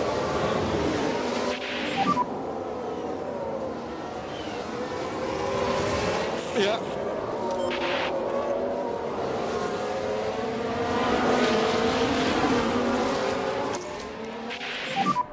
Charge on. Okay.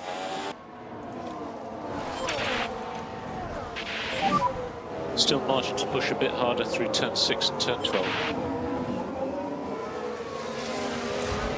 So a bit of pressure from Verstappen, from Lawson.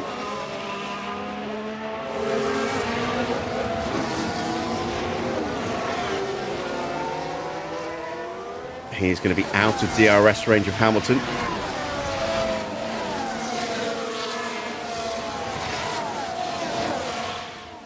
Antonelli and Leclerc still fighting, and they're pulling away from Russell. 6 behind.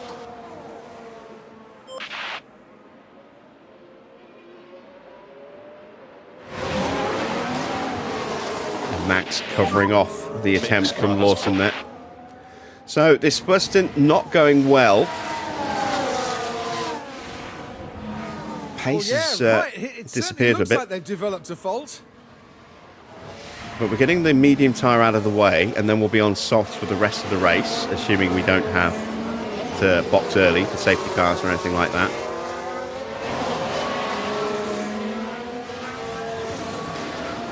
And I do think our tyres will last longer in its pace setting than, say, Bearman's. He's tucked up behind Lindblad and Stroll. So he's going to be getting an injection of extra heat into those tyres. Track temperature is climbing. It's up to 40.8 degrees now.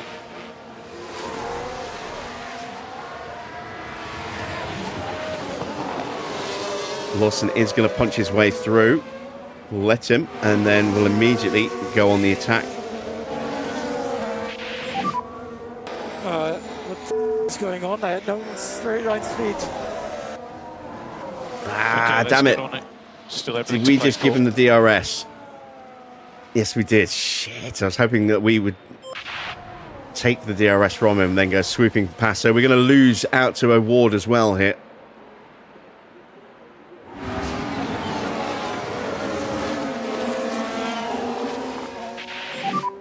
A long way to go. All right, we're going to get an angry Max in the car soon. Where's George? Here we go, heading into turn 1. The gap opens up for them.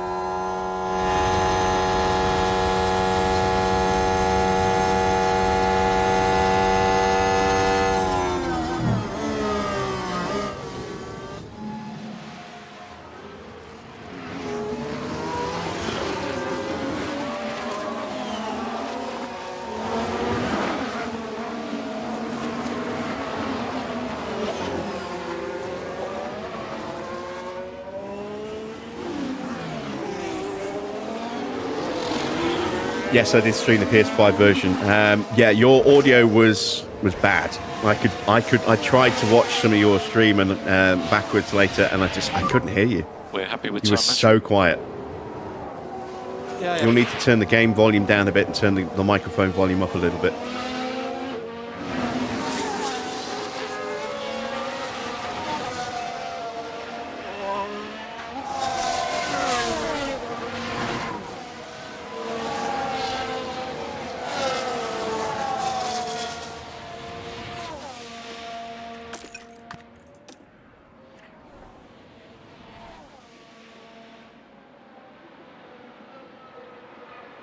So Piastri is down to 7th place. The soft tyres have been picking him off, as predicted. But the two cars in front do have issues, and their tyres will fall apart faster.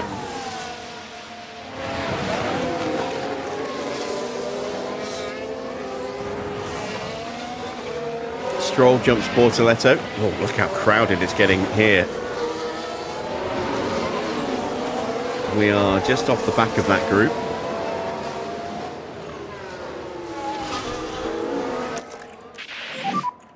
You're doing a good job on tires. Keep it like this.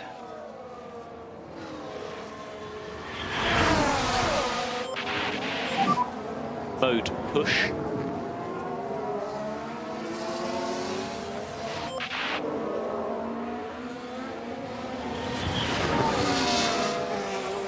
All right, Hamilton is hopefully going to be able to defend. See if Max can maybe move forward a touch.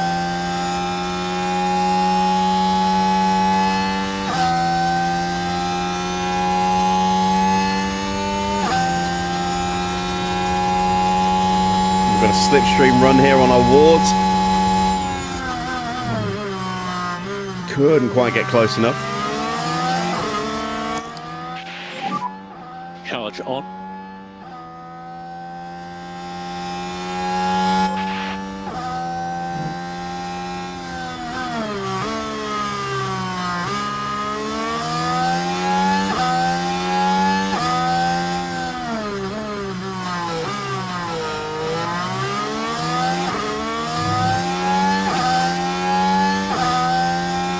Antonelli and Leclerc still fighting over the lead. They've got the gap to Russell up to about 2 seconds. Piastri now starting to try and punch his way back through. I think we're getting to the point where the soft tyres are now going to start to struggle a little bit. They'll start overheating. The grip level's going to be dropping. We might see some 3 starts from the AI tonight.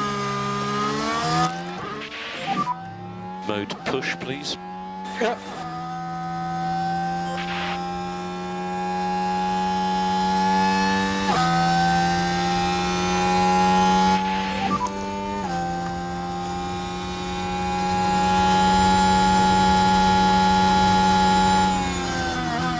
As we go 3 wide into turn 1, Schumacher's car's getting worse. Car behind is Perez. O'Ward gets past He's Hamilton. 4 seconds behind. Can't get much quicker. Right, let's Max gets concentrate. up the inside of Lawson.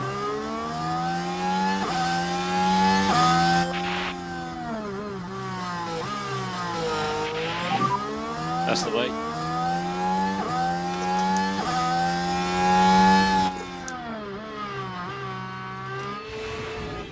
See if Max is a bit happier now. Look at this as we nearly go 3 wide into turn 4. That was good racing. Yeah, he's happy. He's happy again. Charge on. Yeah. George is safe for now.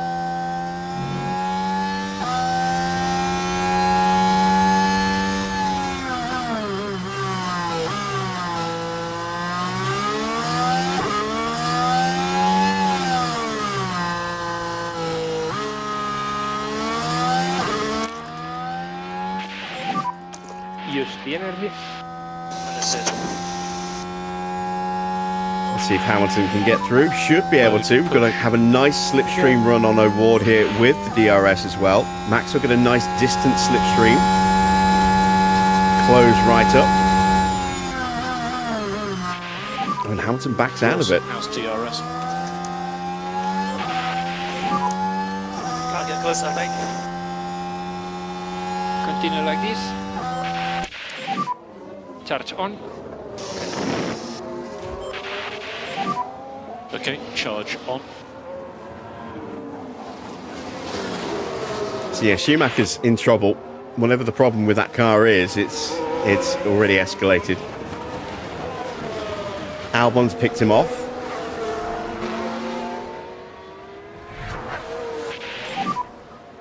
Entire face update when you can.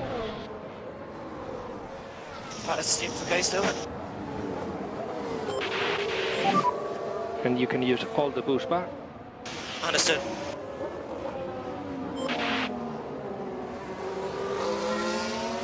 And Russell has caught up to the front two to make it a front three. Does Hamilton have a flat spot? No. Verstappen with DRS.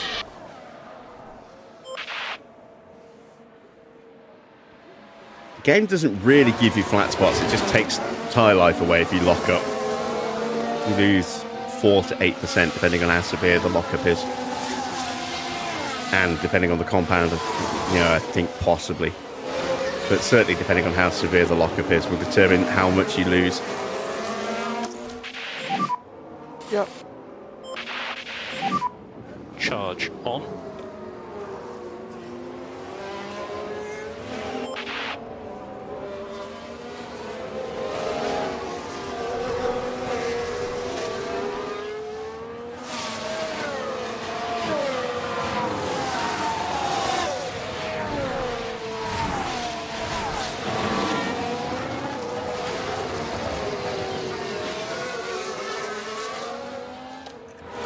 I thought it was in deploy, damn it. Mode push. Okay.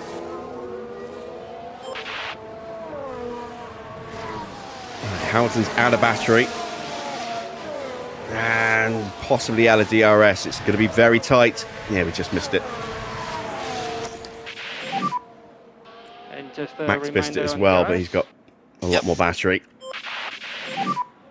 Charge button on.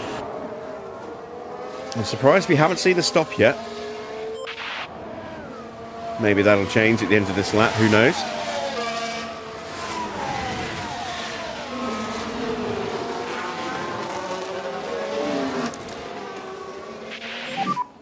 Charge on. Okay.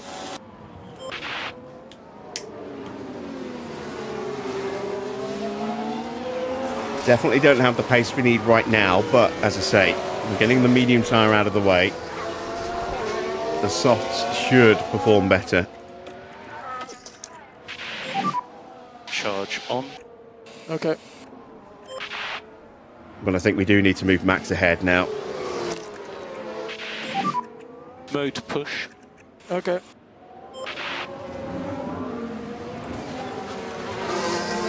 And there we go. Colapinto is the first to blink.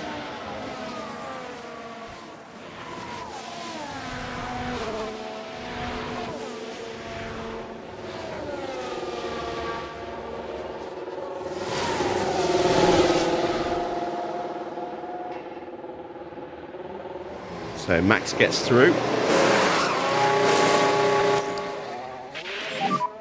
Charge on. Medium tyres going on for Colapinto. Charge button on. Understood. And let's just tell Lewis not to attack. Let's let Max focus on trying to close the gap to Bortoletto a little bit. Pato's really pushed on if he's got past Bortoletto. And we'll get that battery refilled as well. Continue like this.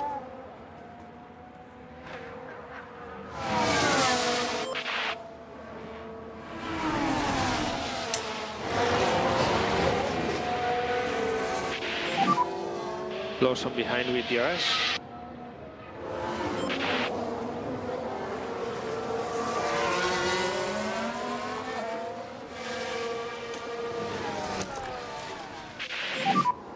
Mode push, please. Mode push.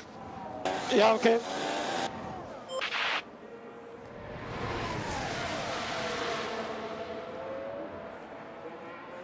This is the downside. It might leave us vulnerable. Nah, good defensive driving from Hamilton.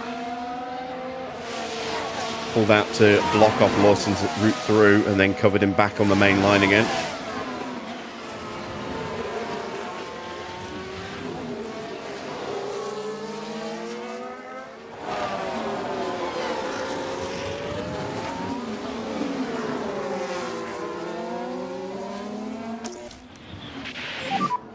Okay, charge on. Okay.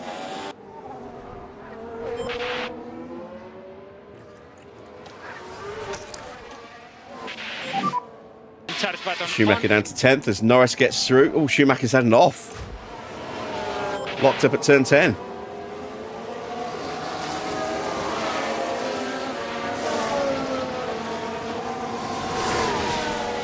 He's not going to give us a replay. He's into the pits.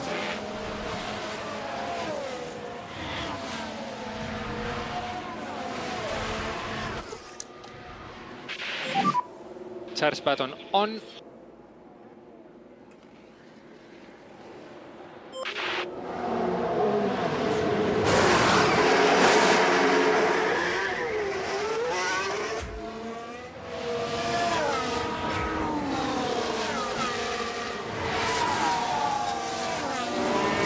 And we are lapping quicker than the cars in front now. You can see Lindblad slow because his tyres are falling apart.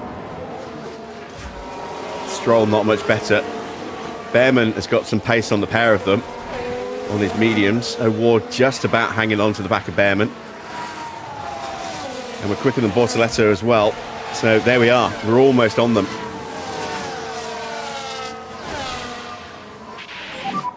Hamilton has DRS.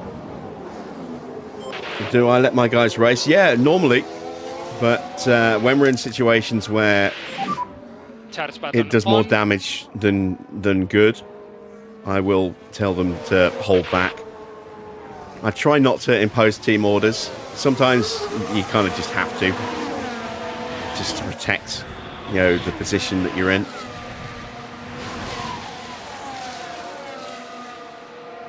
Hamilton's going to be vulnerable to a lunge from Lawson here. Covers him off. And his battery's almost back to full now.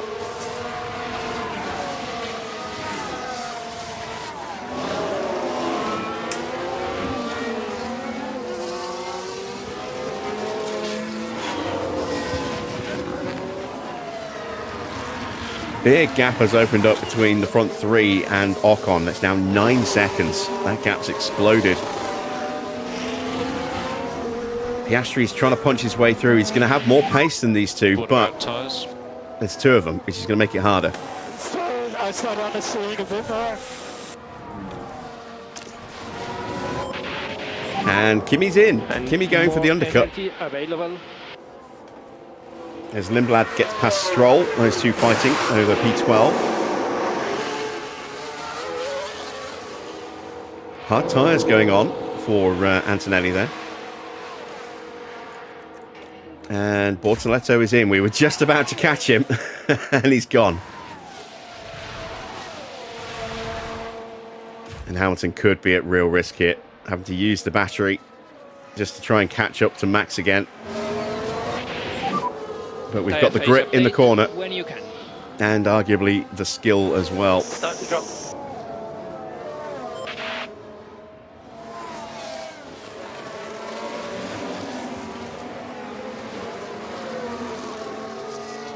No, McLaren didn't do team orders in a way to protect the situation they were in. They definitely had some bias towards Norris. It wasn't all-out blatant bias, but it was certainly not equal treatment.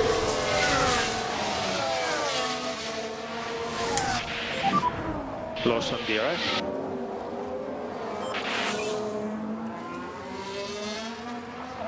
Right, Ocon boxes. That will free up Oscar, who has cleared Tsunoda now.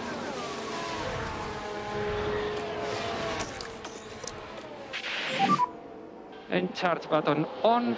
And we're getting a lot of the guys on soft boxing in front of us. Trying to play whack-a-mole. Here comes Lawson. Not Lawson, sorry. Lindblad and Pato.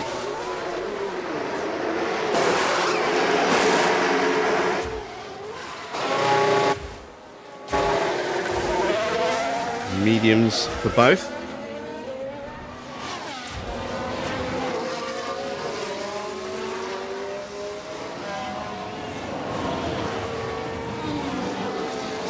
Evening, Adrian. But now an Aston ambassador. Yeah. He's got history with Honda. It makes sense.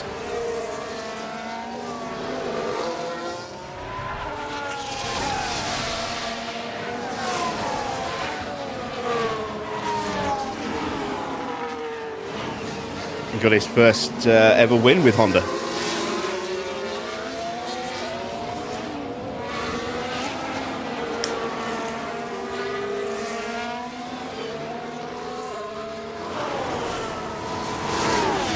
Gasly's into the pits. And of course, Honda renewed that partnership when they teamed up with McLaren for that very ill-fated run. Good stop for Gasly there. Onto a set of hard tyres. Yeah, those wide eyes there, that was such a sight.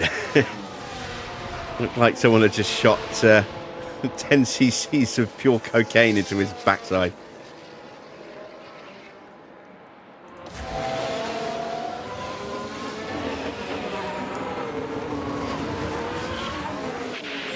Right, we're approaching the pit window 11, and we're nose to tail, which is not good. So one of our drivers is going to need to box first. Let's make it Max. Right, Russell is in. Gap to him 2.5. Let's get after these cars. Oscar now clear in third place.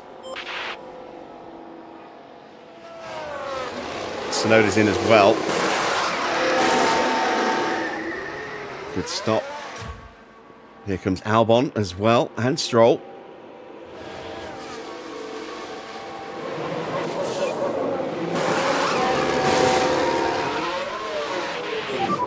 You'd love to see Button come out of retirement and take Stroll's seat. Yeah, it's not going to happen.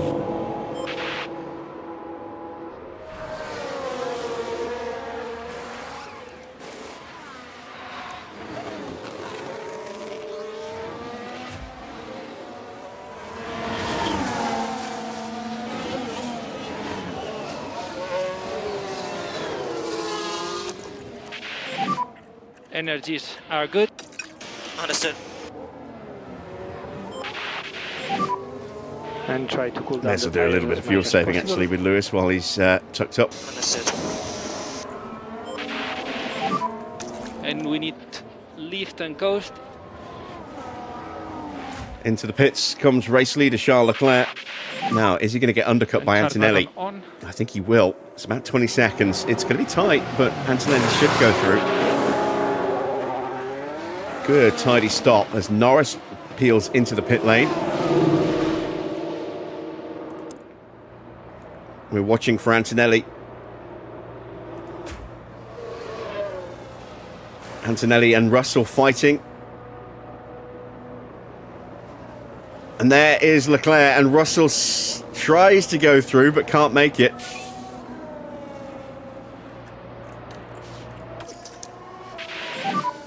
Charge on. Yep. Max gets past Ollie Bearman, who's also developed a fault. So we finally caught and passed the Ferrari.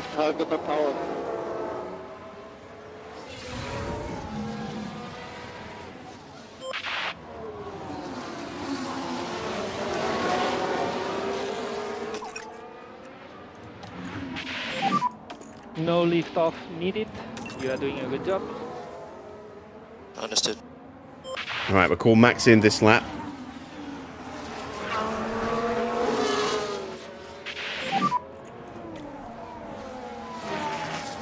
Actually, Yep.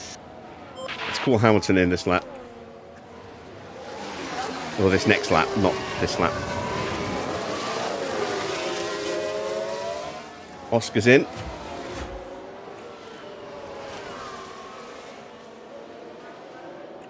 Hamilton gets overtaken by Colapinto and Ocon. They've got brand new tyres, so no surprise there. Race is long. Didn't look amazingly quick stop there. Oh, those two have just blitzed away from us already. Bottas now is going to jump us. So yeah, we definitely need to call in.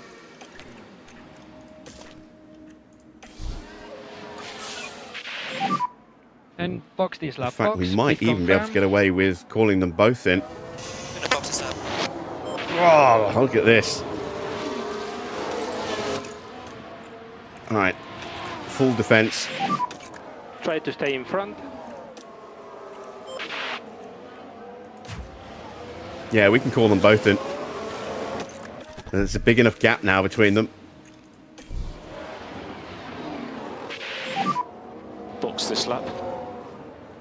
Okay.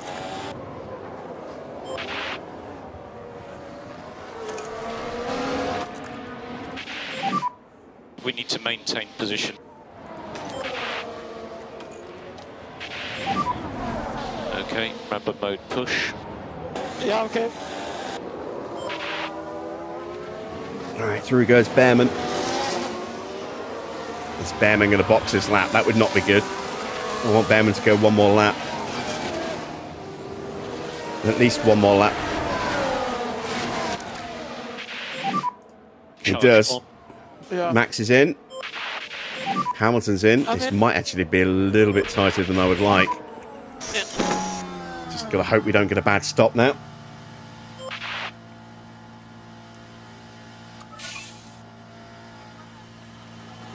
We're going to drop right down the order again.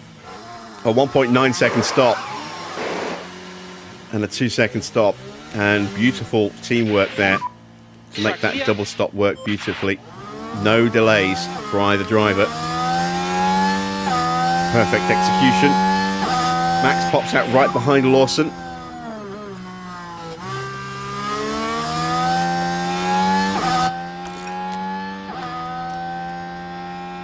And now our tyres should be 3 seconds behind. very, very good compared to some of the other cars around us.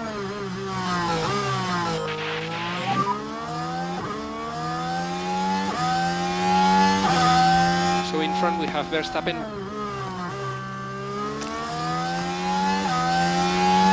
Behind we have Perez.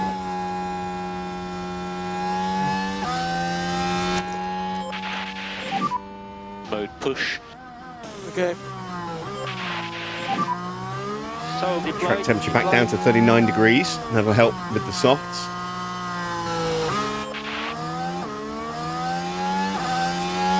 I'm hoping for upper midfield tonight, around 12th, 13th, 14th kind of position. I don't think realistically we're going to get any better than that without safety cars or retirements. And even that might be a bit of a stretch. As long as we get them both home in the top 18 for the sponsor money, that's at this point all that matters. Given how stretched our finances are.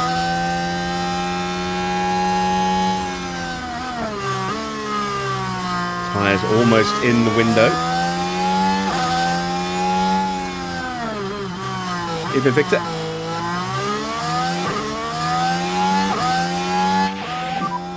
Tyre temps are good. Okay. And we're into DRS range, and the tyres are now where they need to be for Max. Hamilton's not far behind. He's got a little bit more battery to play with as well, but this should be a nice straightforward overtake coming up for Verstappen. Bearman's in, and we should jump Bearman in the pits.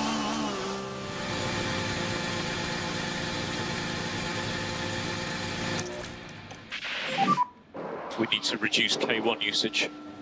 Okay. on. Okay.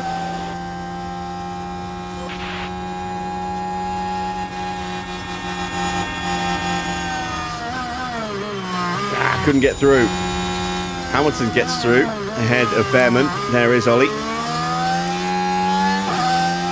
He's onto softs now as well. And tyres are okay. And we needed battery to complete that overtake, which we just didn't have, unfortunately. Charge on. Okay.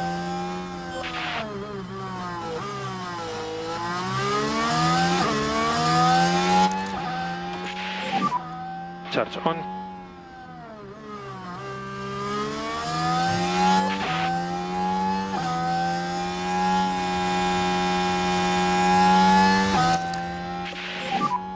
Charge on. Russell and Leclerc still fighting at the front. Antonelli now about 4 seconds back. Doesn't quite have the pace on those hard tyres yet. Piastri in 7th on hard tyres has got to find his way onto the back of Colapinto, Bottas and Ocon to get back up again. But he's going to be under pressure, and there we go. Sainz gets him. Albon's trying to get him as well. And that's soft against hards. Again, those softs are going to be much more competitive for a little while. The hards will come good.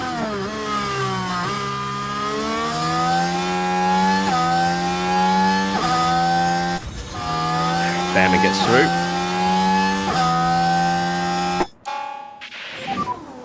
Can go faster, mate. Continue, keep going. So next car behind is better. I've got a problem now for Yuki. Wait, I think AJ is doing something spotty.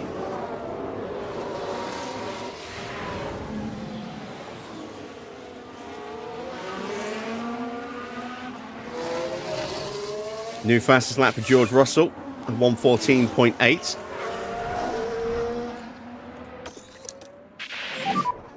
Charge button on. Max still not quite able to get onto Lawson. Let's burn what battery we've got. I think the dirty air is probably stopping us from getting too close. Charge on. We get the DRS, and we should have enough battery to get ourselves into an overtake position now.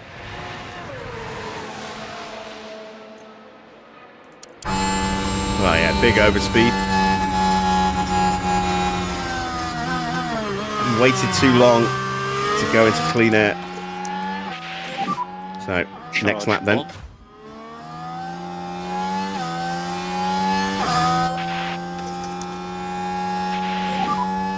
Charge on. Yep. Slow down now. Make sure the tyres don't overheat too much. Lawson is catching Schumacher at a very quick rate, but that's mainly down, I think, to Schumacher just having problems. Charge on.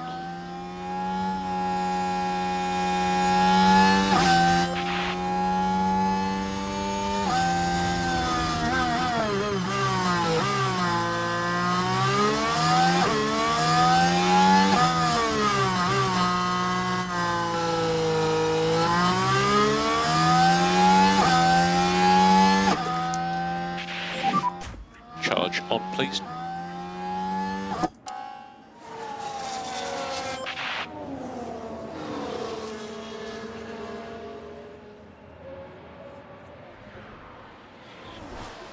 Still not in a great position in terms of actual position, 19th and 21st, but second half of this race will come to us and we'll be able to move up a few places.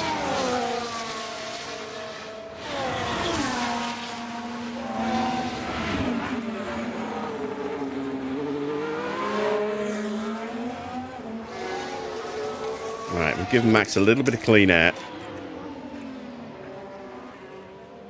That'll help bring those tyre temps back down again. We'll let Lawson try and get through past Schumacher, and then we'll start to push up and get Schumacher ourselves.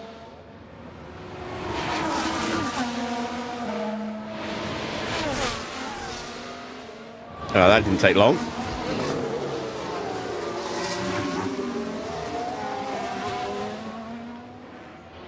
Schumacher gets back through, but I think Lawson will just pick him off comfortably on the straight. Gasly gets past Tsunoda. Stroll gets past O'Ward, and this should be a straightforward overtake here for Lawson. Yeah, he's through. Look, so much more speed. That's got to be gearbox then, I think, for Schumacher. Just no acceleration in that car.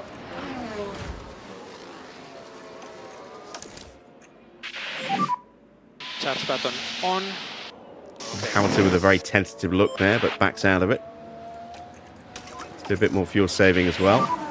No lift off needed. You are doing a good job.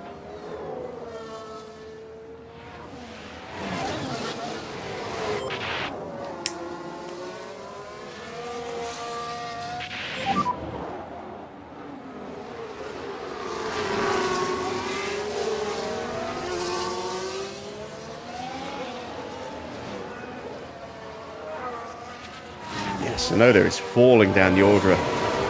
He's really struggling. 4 seconds.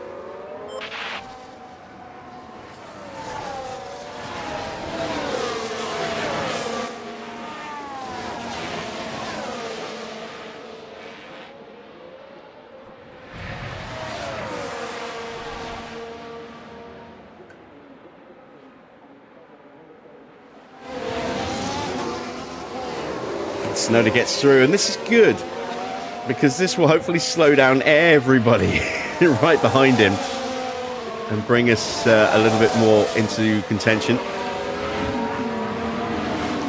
Performance needs to improve. Yes, it does. It's not the best.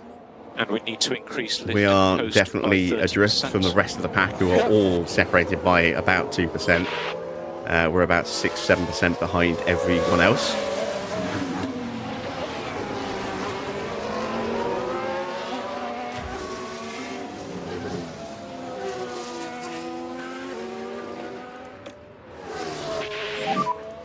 You are doing a good job. We're okay to push a bit harder if you can. And push.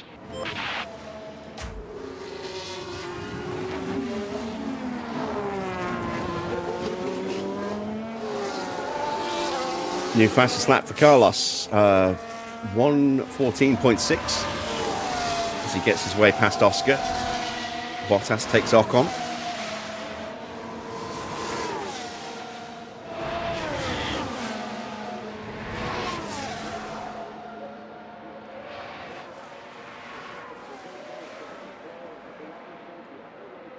Hamilton's just dipped slightly out of range of Bearman.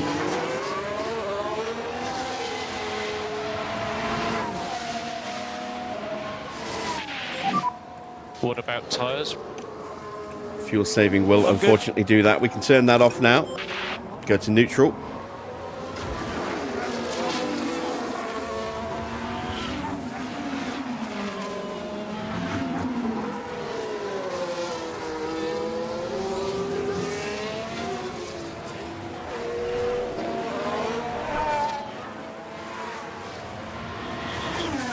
And Bearman is starting to close down Verstappen.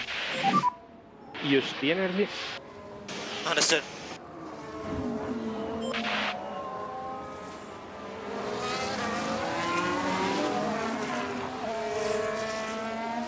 And Schumacher has finally dropped out of range of Lawson. So now Max should start closing in a bit more quickly.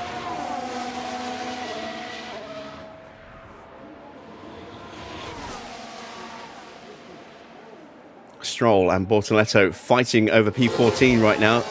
And Tsunoda's actually dropped him, which I'm surprised at. Oh, he's hanging on to Lindblad, that's why. And Bortoletto now has a fault. I cannot go forward.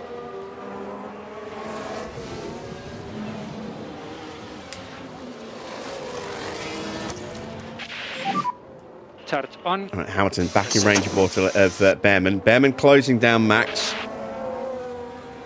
Max starting to inch towards Schumacher.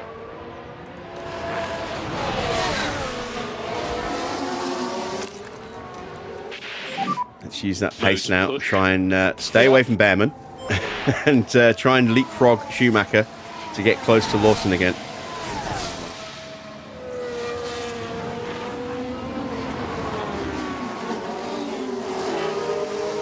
We are just past the halfway point, and we are now just under 1 lap under and just over 1 lap under, fuel-wise. No more lift and coast. Yeah. I'm going to tell Max to make the move early this time. Cool the car as much as you can. There we go. He'll go breezing on through.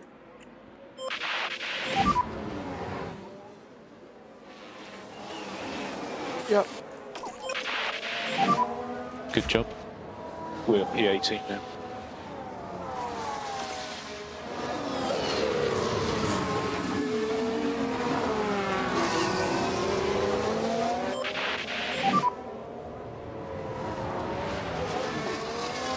Understood.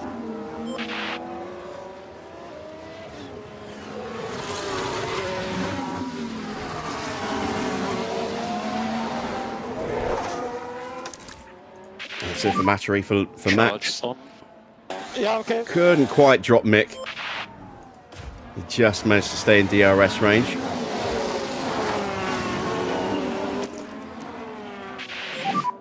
You're And we're going to try and push our way back past Bearman now, before he gets in range of Schumacher, who has now been dropped from DRS range. You need to keep your K1 usage down a bit, otherwise you'll just run out of battery and then you'll just be taken by everybody.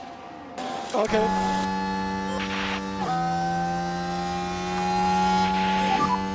free to fight.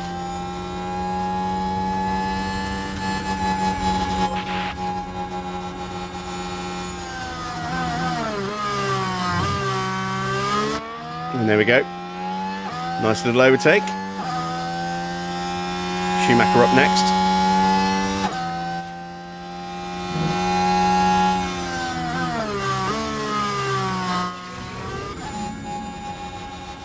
And this time we'll see it from the front wing.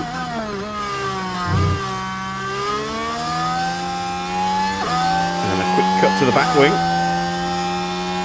And a little whoop just to annoy Farah.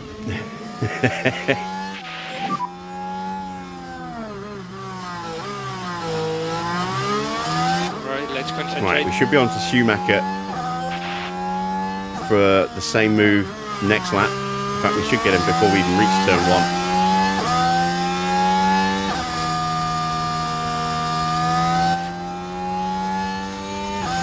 Mix out of DRS.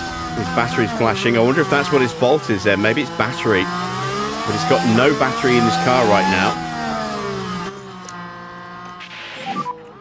Charge button on.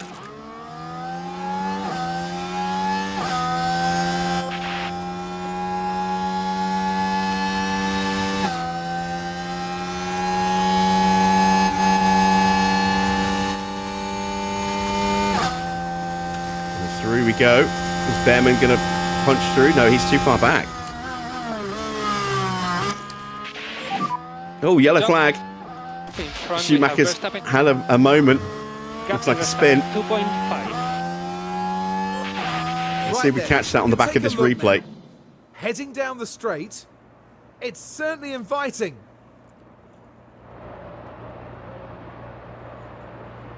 And moves up a place into 19. Oh, it was a lock-up. We were lucky we didn't get speared.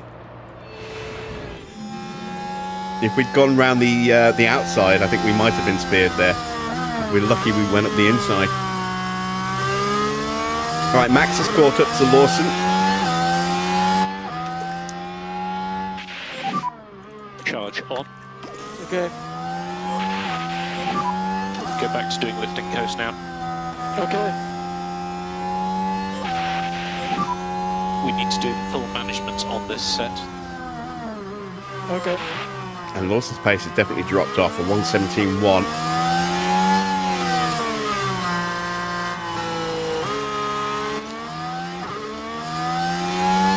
Again, we'll get the move done nice and early.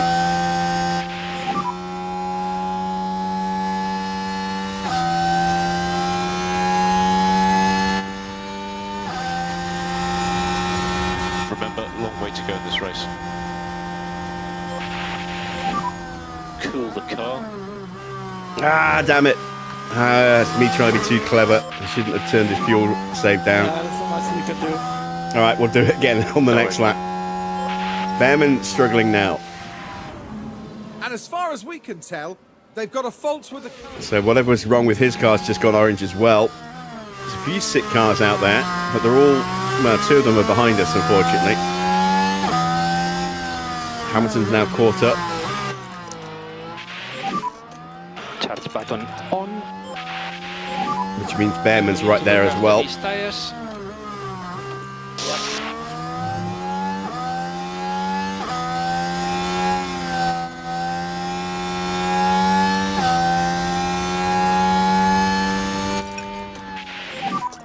You can save less.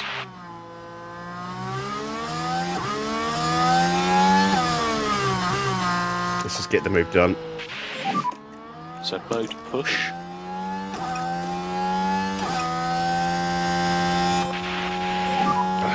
How Lawson's responding. He's definitely trying to stay ahead of us. And you can use Full throttle, but no power.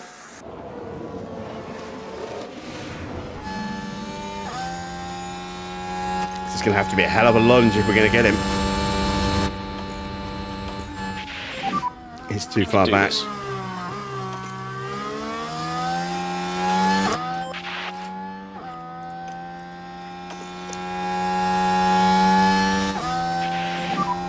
Charge on.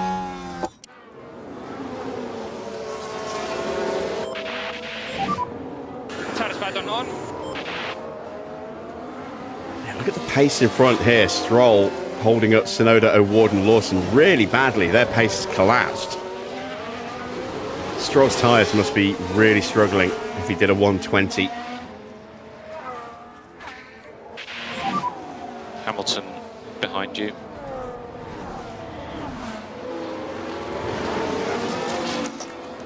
There's progress to be made. Mode to push. Colapinto dies into the pits. We're not going to watch it because there's a lot potentially going on here. As Bortoletto's in as well. Is Stroll staying out? Yes, he is, and this is going to give us an opportunity to try and punch our way through.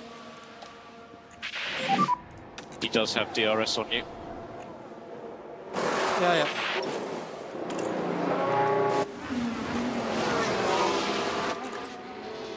And there we go. Max gets through. Yeah.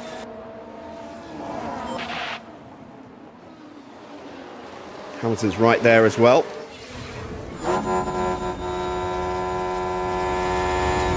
And this time we do make it stick up the inside.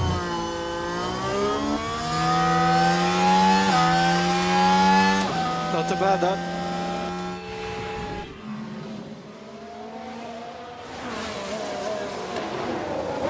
And we're already getting straight onto the back of O'Ward, etc.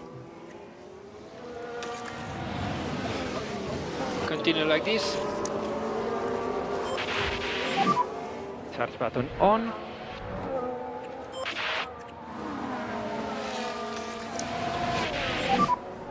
Charge on.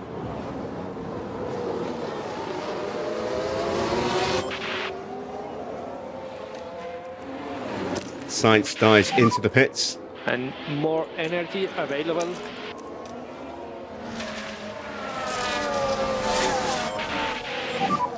You are good to go. Mode push. Stroll has pulled away from Tsunoda, which suggests he might be about to box on the next lap. Oh, look at this. Look at this. Max goes flying through because they pulled out the slipstream, gave us a run, and we just took it. Hamilton gets past Lawson. Stroll is the next guy. And we're suddenly 12th and 15th. And that will do very We should nicely. be able to take a look here. Now we're watching Max Verstappen here. The opportunity's there, and I wonder Just now if they open the can door capitalise for on us this. beautifully there.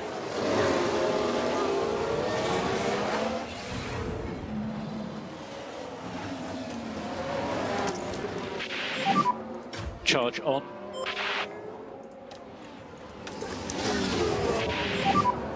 Charge button on. And we're almost on Stroll as well, so we might even get Stroll at the end of this lap if he stays out. As Hamilton gets past Tsunoda, or does he? So Give him the battery. deployed. We've got the DRS. And we've got the position. Very nice. Yeah, you don't leave the door open like that for Verstappen and expect him not to go steamrollering through. Albon's into the pits. Do you need to be mode push?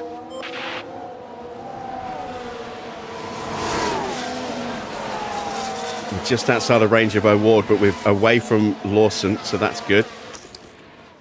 Here comes Max. And charge button on. Stroll has boxed. So Max under pressure from O'Ward. We didn't get the DRS because Stroll boxed.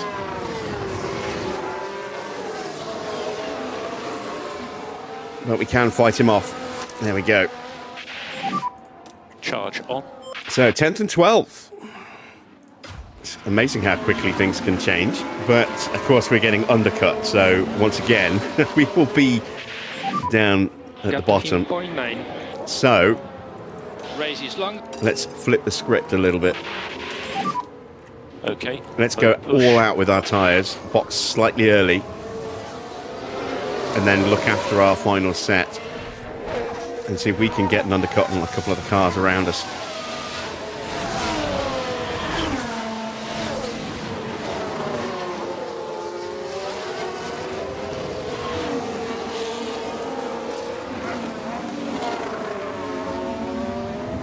Try and use this opportunity to refill Hamilton's battery as well.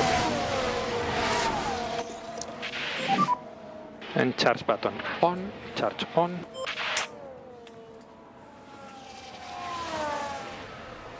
Into the pits comes Yuki Tsunoda. Leclerc leads from Russell. Antonelli's right there as well. Piastri is back into 4th place. We need to He's reduce 14 and a half usage. seconds behind.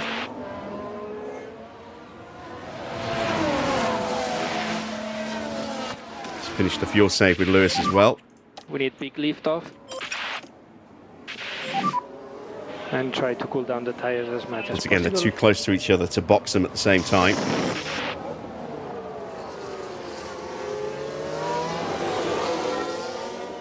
Russell dives into the pits.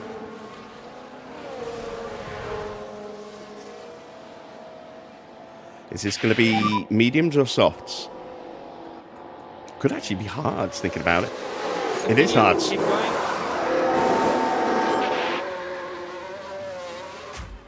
Bottas hits the pits.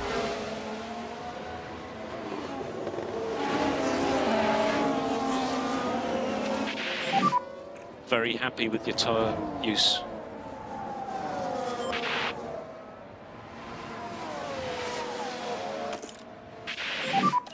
He has DRS.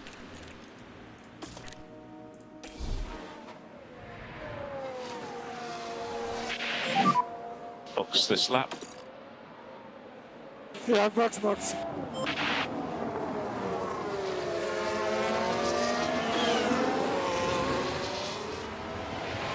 Good job, Max.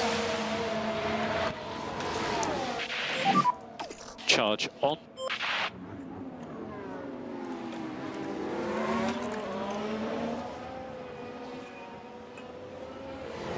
Oh, little worry for Valtteri there.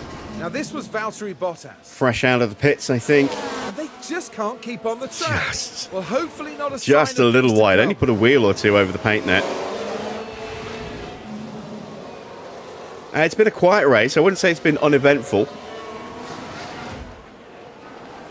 But there's been no drama, no big shunts, no safety cars, VSCs. A tidy stop there for Antonelli. Ocon going for an undercut on Piastri.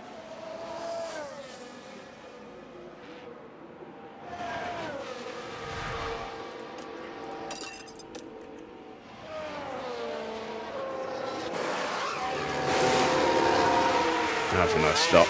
Soft tyres going on for Ocon. Max is in. Hamilton is going to have a run at O'Ward. We've boxed in Carlos Sainz. Charge button on. Understood. And we get the move done. Very nice. Right. I didn't actually see our stop with Max because we were watching the Hamilton situation. 2.0. Not bad. Good job there. Ocon's got a in fault front. developing. Let's see this again. So boxed in Carlos, he couldn't find his way through, and then later on the brakes, more aggressive with the tyres, took the place. And a clever bit of driving there to keep a much faster Ferrari behind us.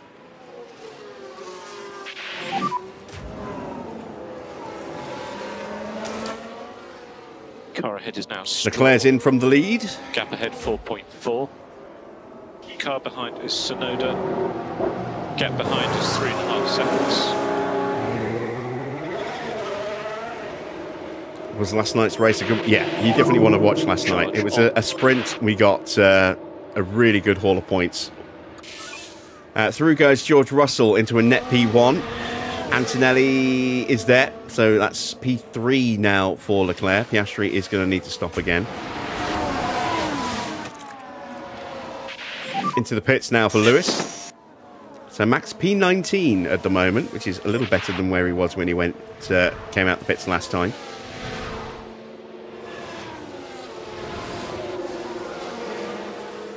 New fastest lap for Bortoletto.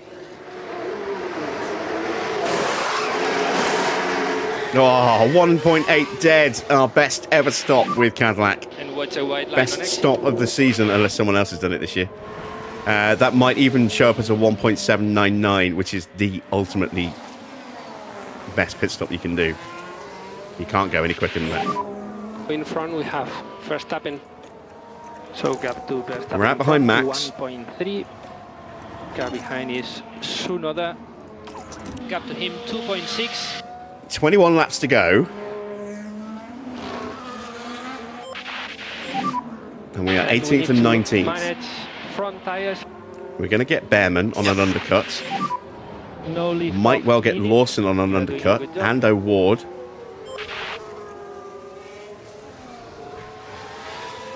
Lindblad dives into the pits. Let's see where he slots out. He'll be ahead of us, but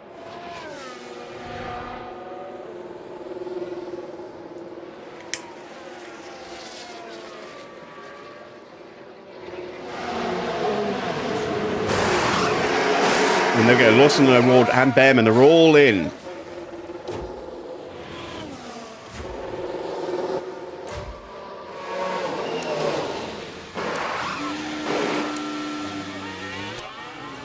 Give me the nose cam. There we go. It's not a good stop for O'Ward. Lawson got away clean. O'Ward finally gets out. All of them have been overtaken by us. And we've got Yuki Tsunoda behind us as a buffer as well with his damaged car.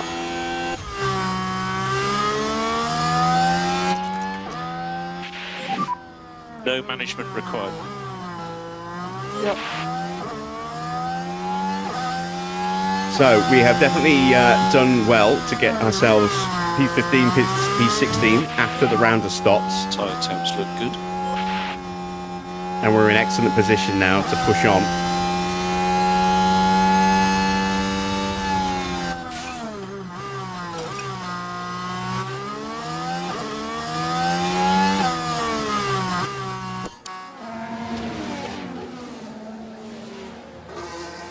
I'm looking ahead to see who might be someone we can overtake, and I'm looking at Albon, Bortoletto and Stroll, the three cars we might be able to pick off. Lindblad, maybe.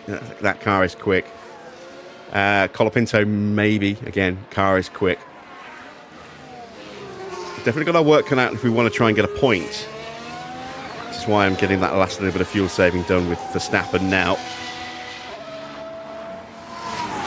But we'll have the pace, and we can turn the tyres up if we need to as well. Just keeping a little bit of in reserve for these last few laps if we find ourselves in a fighting position. And I'm just trying to bring Hamilton's up into the window. Might be able to put him in neutral in a second.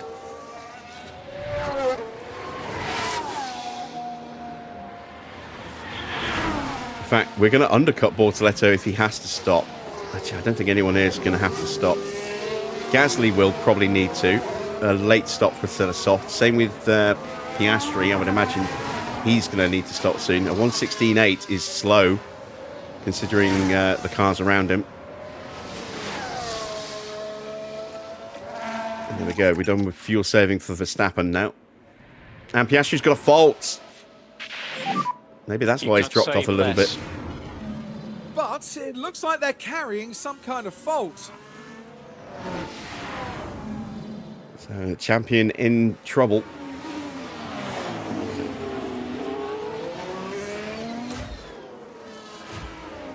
Lawson trying to find his way past Tsunoda. We need Yuki to hold things back as much as he can.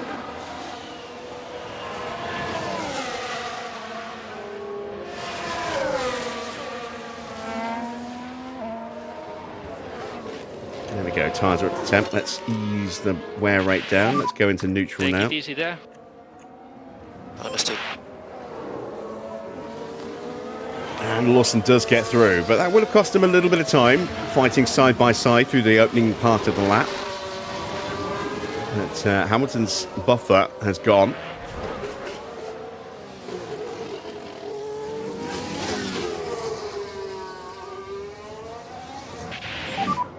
Tires are good. Yep.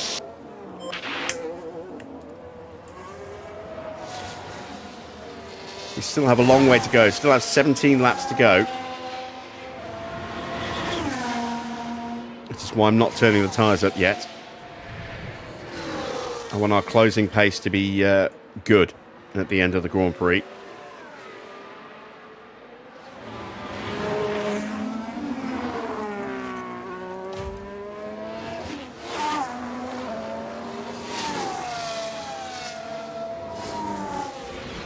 More problems for Bortoletto. There! Oh dear, that's not what they need right now. And he is holding up Lindblad. So that helps. Because that is part of the pack that we're trying to chase down.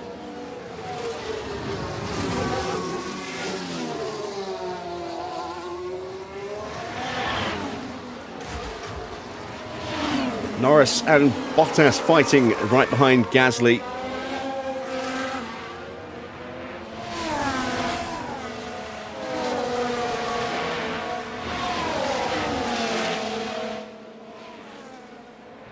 And Norris has the slipstream as well as the DRS, so not only will he complete the move on Valtteri, he should go flying past Gasly here.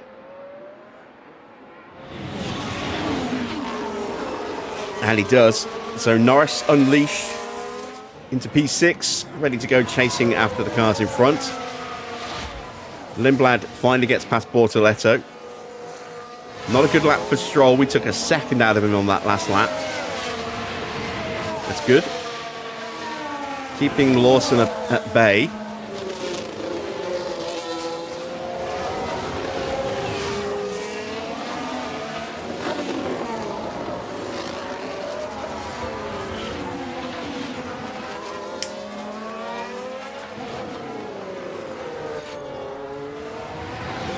And I did say my target for the Grand Prix was to finish 12th, 13th, 14th in that window. We're not far away from it. But the car's definitely not happy. Surely some kind of fault. Issues for Checo.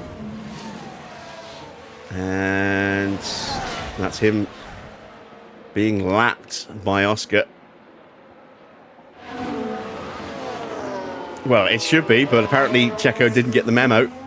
Piastri still on old tyres. Piastri on Perez on new softs.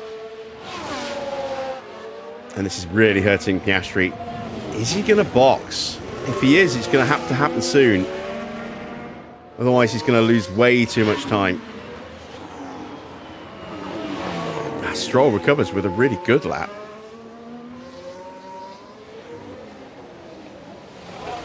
And he's brought himself onto the back of Bortoletto and Lindblad. That's a little frustrating. All right, let's up the tyre pace again. Might need to pick up the pace a little bit. And let's deploy the batteries. Pushing status. We'll be able to rebuild them when we get on the queue. Mode push. But you've got to get on the queue before we can do that. Use the energy. Understood. Is Oscar going to box? No, he's not. Perez is leaving him for dead. 17.5. Is Piastri going to try and go the distance here? He boxed early for a move to hard tyres. That's a long stint. A very long stint. We still have, as you can see, plenty of laps to go. Those tyres are going to really, really struggle. If he's going to try and stick it out to the end, he might actually puncture. Lindblad sets a new fastest lap as he breaks away from Stroll. Tries going after Colapinto and Albon again. Bortoleto has now been overtaken by Stroll. And 14.4 and a 14.7. We took a big chunk out of the cars in front that time.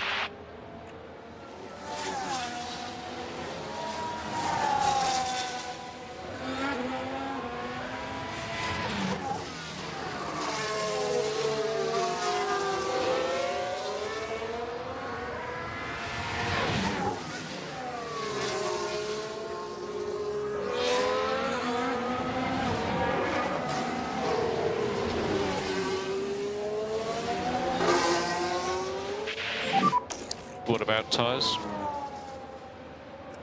Yeah, tires are okay for now.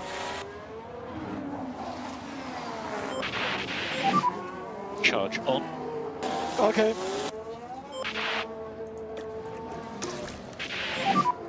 Charge button on. Right, fuel is neutral for Max and almost neutral for Hamilton. And we still have 13 laps to go.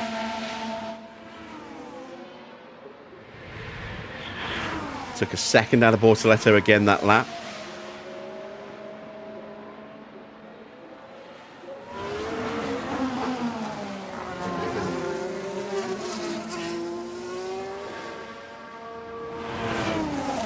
We've covered off the sponsors quite nicely.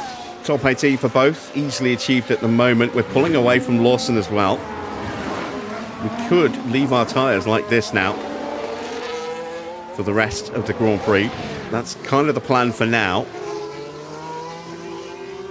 Just so it gives us that extra pace to close back up again. Let's keep an eye on Bortoleto. He's got back onto the DRS of Stroll.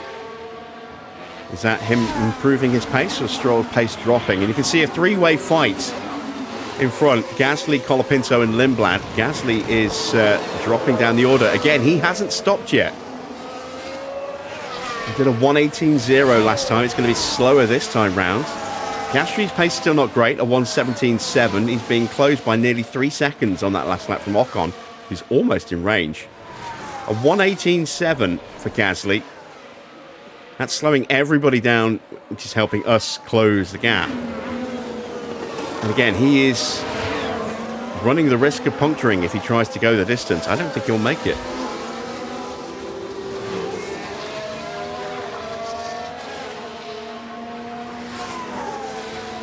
Bortoleto's got back in front of Stroll.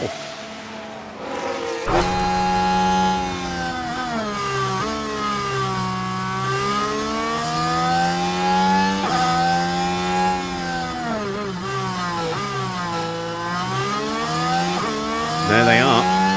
We are closing them down. And pace-wise, we're not far off what the leaders are doing. George alone in clean air. Leclerc having to fight against Antonelli, who has got through.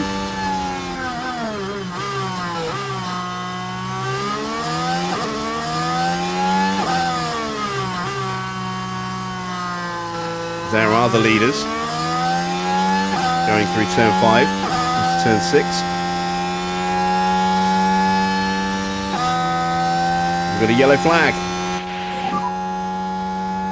Someone running wide, I think. Oh no, it's Crash. Ooh. Right, we're down at turn 5. Oh, it's Leclerc and Antonelli. Maneuver. The car's coming together right there. An unfortunate moment, yes, but as any driver will know, this is an unforgiving sport. I don't know if they took any damage. I think they might have got away with it.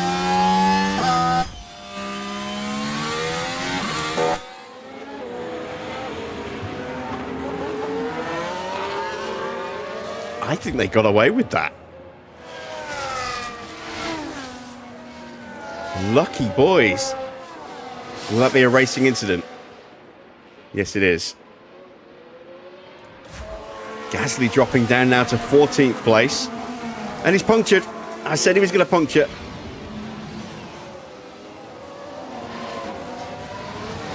And that's why he dropped down. Check my tires. And that is got to be ringing alarm bells for Red Bull as far as Oscar goes. That's all good. So 14th and 15th.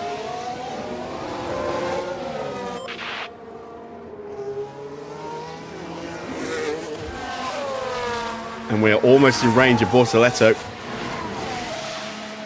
10 laps to go. Hamilton right behind you. 1.8 seconds behind you. Gasly's still limping around the final Do sector. your best.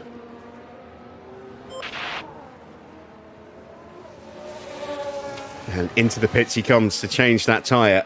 Are Red Bull going to pay attention to this and bring in Oscar? There is Oscar. Just focuses Look on how much racing. time he's losing. He's losing 3 seconds a lap to Ocon.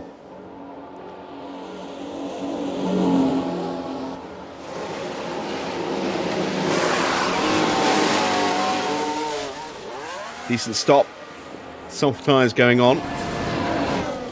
We are on to the back of Bortoleto. Charge on. Okay.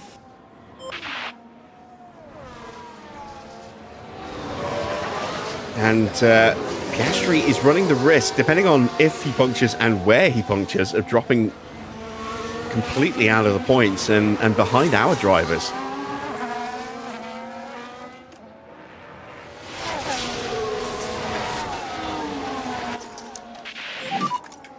Charge button on, please.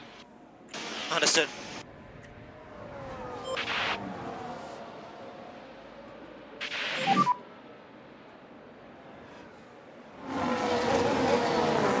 Okay, let's get on it. Still everything to play for. Ah. I thought we might be able to sneak our way through. Quite an aggressive downshifts, and it's I feel like it's knocking the rear end. So a bad day gets even worse for Checo. Now we're through. Sake. No worries, mate. And Hamilton slots straight through as well. Way to go. Car in front is Stroll.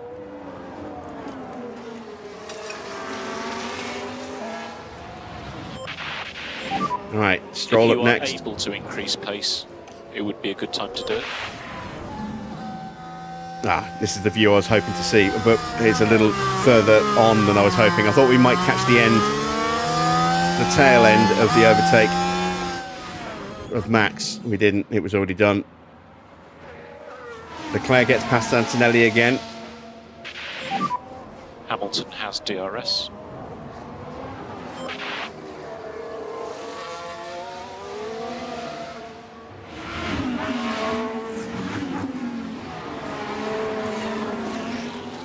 Points might be just out of reach.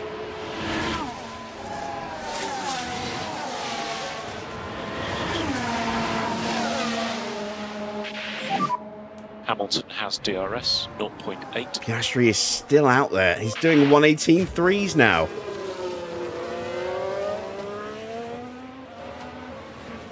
And he finally gets past Valtteri. No, that's Valtteri trying to fight him for position. I was thinking of Gasly was the car he lapped. Gasly's way down the road. Gasly's over... Where is Gasly? Gasly's there. Where's Perez? Perez, who was right in front of him at one point, is now here. He is losing so much time.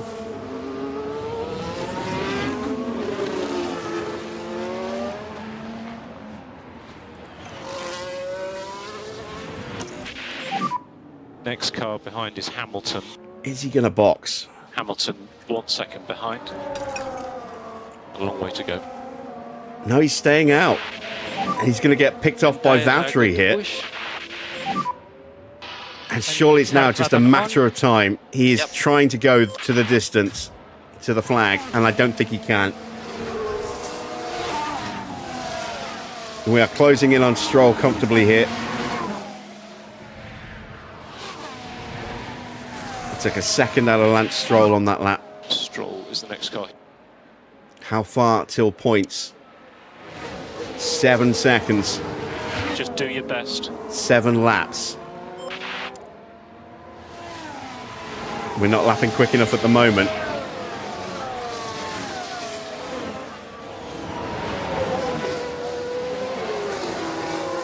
But again, if Piastri punctures, that will improve our chances of getting into the points because it'll take 1 car away. We still have to close the gap about the same though, unfortunately. Mode. Let's turn up the heat again. Okay. I might even be able to push the tyres as well. Yep.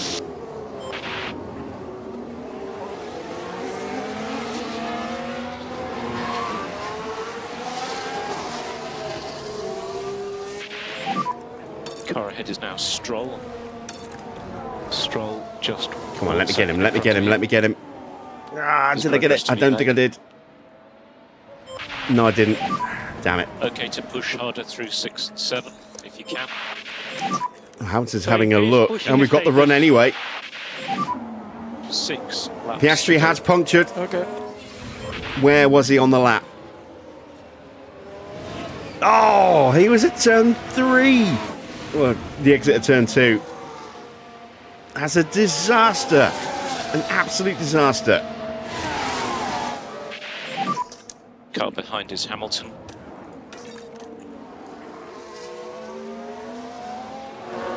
We're going to see him any Remember, moment. way to go in this race. There he is. Alright, let's concentrate. And we need to increase tire saving.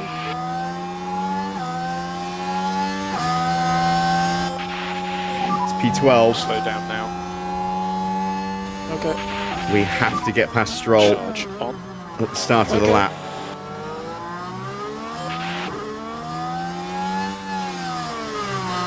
This is a disaster for Oscar. Why, oh why, did we still see the AI try and go all the way to the Just end a when they mode push now, clearly please. can't? Yeah. And you can use all the boost bar.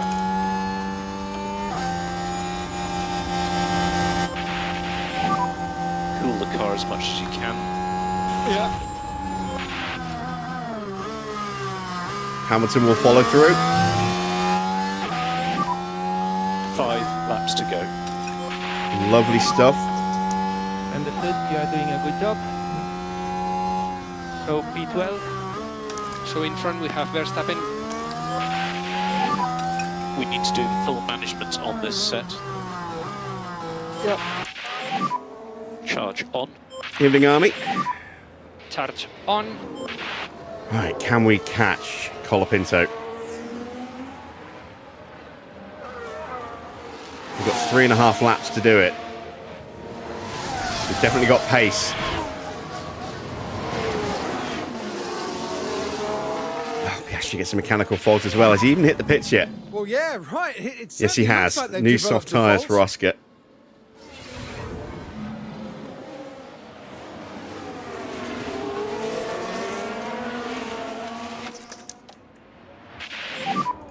And charge button on. How's the race? It's going pretty well. We didn't have a great start. We lost a lot of positions off the line.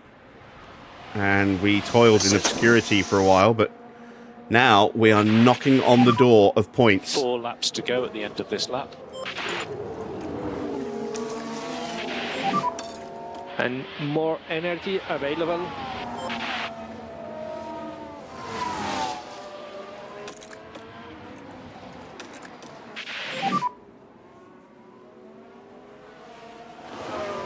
Yeah. So we don't want Max fighting. We want Hamilton to just focus on closing that gap. He's got more battery and more tyres. We're going to tow Verstappen along and try and rebuild his battery in the process.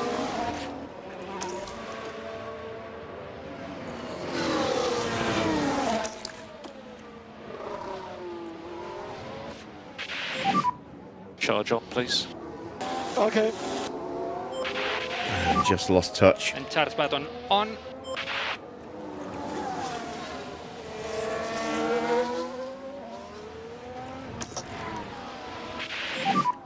Mode push at the moment.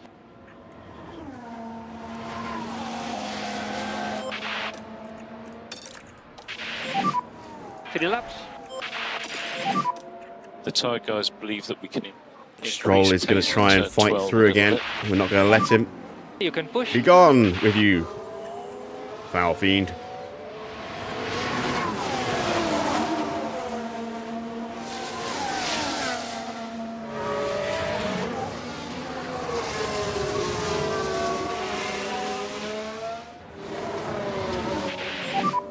Stroll now behind you.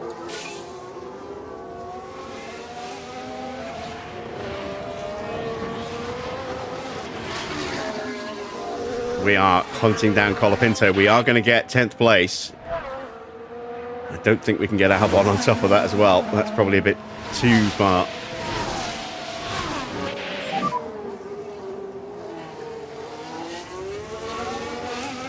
That's not okay. He's not happy about the team orders, but he's not in the same shape as Lewis. Charge on.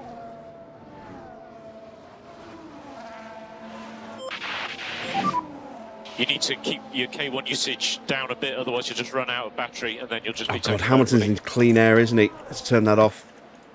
He's losing slipstream. 2 laps to go.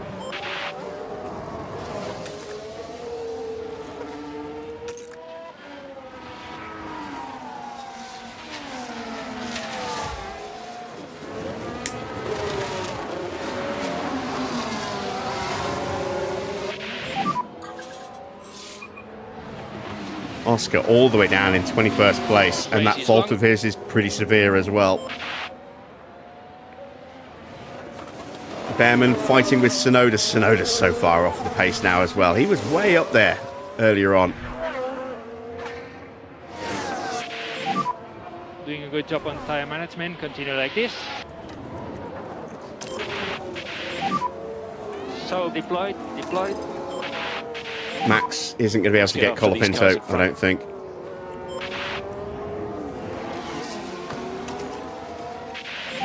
But Hamilton can. Suggest that you can reduce the amount of lift and coast at turn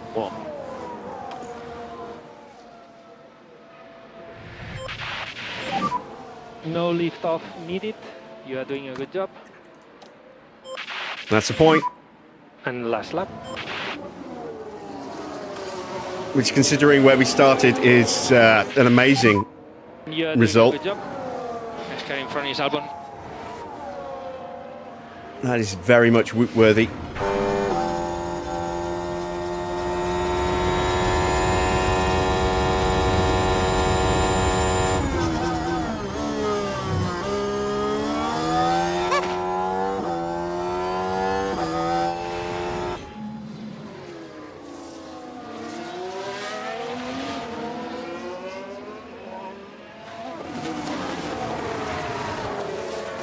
Russell wins it! First over the line. There it is. A win for George Russell.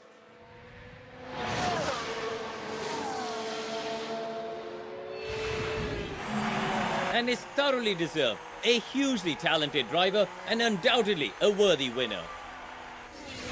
George is building some serious momentum at the moment, and with Oscar toiling at the back of the grid, we might have a new championship leader tonight.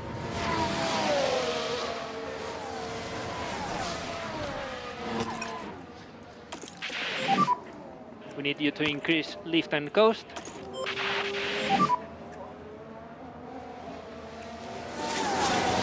Yeah, okay. And just a reminder on your eyes.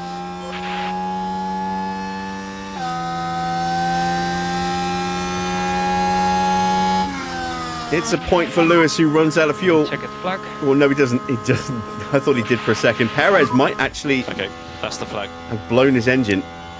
No, he's still going. He's fine. He's finished anyway. But what a result! And there is Bortoleto And he stops right in front of the line. He is literally meters away. There it is. Bortoleto failing to finish.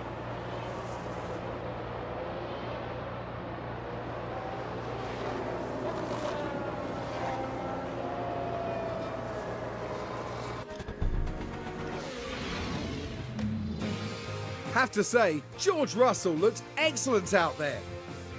That was a really well-executed race, I thought. Major credit to the driver, the pit wall, and the whole team for that win. A great display of team spirit there, as everyone finally gets the chance to share this moment. And up he goes, George Russell joining the podium lineup after a memorable Grand Prix. What a great way to take their third win this year. They've definitely found their form.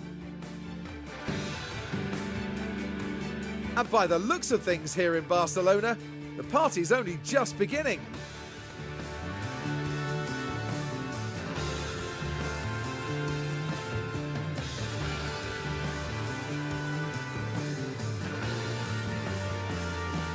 Well, Karun, how do you think they'll be feeling in the team garage at the end of that? It was a strangely mixed weekend for them. We saw one driver put in a strong performance, but it was a different story for the other. Definitely positives there though. And with that, our time in Barcelona is done. For the next Grand Prix, make sure you join us at the renowned city circuit of Monaco. Prepare yourselves for one of the most legendary rounds of the season. Ooh, Monaco next. We'll have some new parts for Monaco and an excellent driver lineup that could well be able to score some points there. Who knows? But confirmation of the final results. It is win number 3 this season for George. Seriously picking up momentum now. George is ahead of Charles Leclerc, who takes second. Antonelli gets another podium for third. Ocon fourth. Norris up to fifth. Bottas sixth for Haas, some big points for them. 7th for Sainz, 8th for Lindblad, 9th for Albon. So Ferrari and Williams pulling away from us in the constructors again. And Hamilton gets 10th place, up 4 places in the end. Then it is Colapinto in 11th. Max has to settle for 12th. Just didn't quite have enough battery at the end or tyres to mount the challenge that we needed. But ceding position to Lewis to get us that point. So thank you, Max. Then Stroll from Lawson. Pato Award. Bortoleto running out of fuel, I think, right before the line. Schumacher down 10 places to finish in 17th and a lap down. Then Bearman in 18th, 19th for Gasly. Tsunoda down 14 places. A horrible weekend for him. Oscar down 17, but that's down to his puncture. A disastrous weekend for Oscar. And Perez in 22nd. Let's see.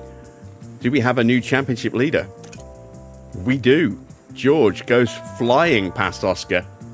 And he's now 19 points clear at the top of the table. No points for Oscar this weekend. It means he stays on 129 points. Antonelli hits triple digits with his 4th podium of the season. He is now 29 points behind Oscar. And 7 points clear of teammate Norris, who's on 93. More good points for Leclerc, who's finally starting to come into his own again.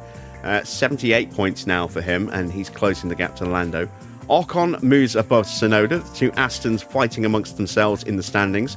65 to 54 in Ocon's favour. No points for Bearman. He stays on 42 points in 8th. Hamilton in 9th is now on 38 points. Albon with 34 in 10th. Then it's Lawson with 28 points. Sainz moving up a place to 12th. He also has 28 points. Then it's Gasly in 13th, 24 for him. Max on 20 in 14th. Bottas now just 1 point behind after overtaking Bortoleto today. He's on 19 points. Bortoleto on 14. Lindblad moves up a couple of places. He's now on 11 points, with Perez on 10. Colapinto on 9. 4 points for Stroll, 2 points for Pato. Hadjar with 1, and Schumacher bottom also with 1. In the constructors' standings, Red Bull scored 18 points this weekend, 207 points for them, and Mercedes with 25 points have closed the gap. as have McLaren, also scoring 25 points. But Mercedes in second on 193. They are 14 points behind and closing the gap very nicely. McLaren on 162. They're a little bit further behind. Aston 119. Ferrari up to 70 points now. Williams on 62. We're up to 59, so we're still within striking range of BMW, just 3 points, but 11 points behind Ferrari now. Haas up to 43 points. Then it is Audi with 14. Nissan off the bottom. They're up to 12 points now. And Maserati dropped down into 11th with 11 points. Pit stops. We didn't get the fastest stop. Red Bull got it, but we tied with the same 1.799. I don't know who set their stop first, annoyingly. But second place for us today. So not bad. And we also got in the top 10 with Verstappen as well, so an extra bonus point there. Aston takes third, Nissan fourth, Ferrari getting 5th and 8th, Williams 6th and 7th, and Haas to get that final position in 9th. So the standings look like this: 19 points for us. We stretch our gap over Nissan. That gap now 53 points. They picked up 12 of their own. They're on 111 now. Red Bull and Aston both moving up past Mercedes, who did not score any points this weekend. Red Bull now on 107, just 4 points behind Nissan, and Aston 12 points further back. They're on 95. Mercedes stay on 84. McLaren stay on 66. Williams now just 3 points behind them with 63. Ferrari have 56. It's 37 points for Haas, 20 for Audi, and Maserati bottom with 5 points. Now you see the stops, 1.799. Don't know whether we set that before Leclerc. I'm guessing probably not. So we can't claim to have set the fastest stop of the season, unfortunately. That goes to Leclerc, because no one can go quicker than that. That is it, 1.799. But we've hit the holy grail of stops, which is nice. And a 1.9, not bad for Max. Second stops weren't up to much, both in the 2-second range, but some more points and we stay top of the table. And we get the money that we desperately need as well. Another 2.65 mil added to the bank balance. Let's head back to HQ, and we've got a 3-week break now until Monaco.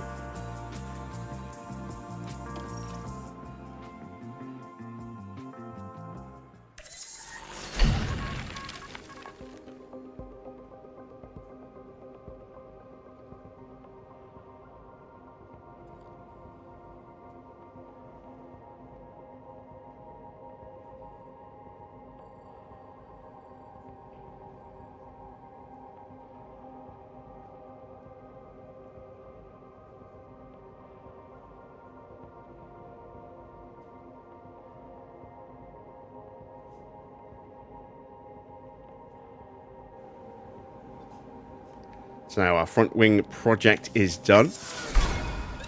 We get some money from the sponsors. 3.98 from normal engagements. Let's see what we got of a mandatory. Another 800,000. Not a huge amount, but it all helps. So our bank balance suddenly looks a lot healthier at just under 7.5 mil. Let's see just how miserable the board are with a point. Disappointed. I knew it. I knew it. Bastards. But that's 4 races out of 12 now. We're a third of the way through the long-term objective. There are 12 rounds to go, and we need to score points in 8 of them if we want to achieve the long-term objective this season. That is a tall order. We also have some damage on our cars, and we have some engineer and driver tension to deal with as well. Let's start with the cars. What's failed? A rear wing's failed on Max's car. Everything else has come through unscathed, so that's pretty good. Let's fix that now. No spare rear wings left, but we do have a new rear wing. That's 17 days away. We are 18 days away from Monaco, so we're not going to make any spares.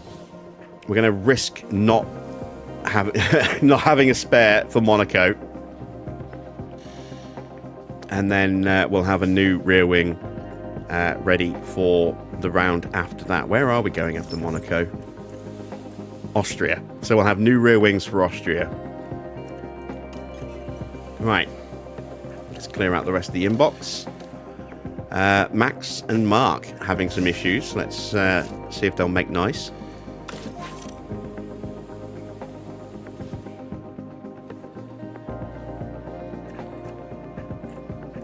We finally have some money to deal with those refurbs, but they're not cheap. 2.5 mil and 3.7 mil. Given that it costs us so much to do, I'm tempted to just leave that as it is for now. That's effectively dropped it down to a level 4 at 40% gain, so I'm okay with that for now. I'd rather not spend a huge chunk refurbing that just yet, if at all possible. Let's make sure we get the sponsor stuff done before we think about anything else. And woo, we are going to make a lot of money in this 6-week period. We've got a wind tunnel hire, and we've got a guided tour. So our mandatory activities are going to give us 5 mil before we even get started with engagement. So we're going to make about $9 million over the next 6 weeks. That is really nice. Really nice. Let's get Danny Rick doing his thing, and that fills up our target very nicely. We have a week to go till we get a new ATR as well. Let's go to our build queue, because we are a little short on underfloors at the moment on the new ones. There we go. We'll bump that up. So we'll have a new underfloor in 4 days, then a second one 8 days after that. And then on race day, we will have a spare underfloor for the race itself. Hopefully we don't need it before then. And then the next one will be ready comfortably in time for Austria. There we go. So that drops our budget down to 6.6. What are our engineers doing? Way too much. There we go.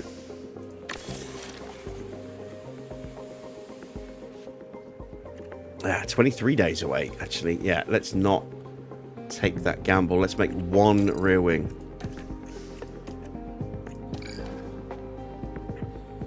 Just the one. There we go. 275. Not too expensive.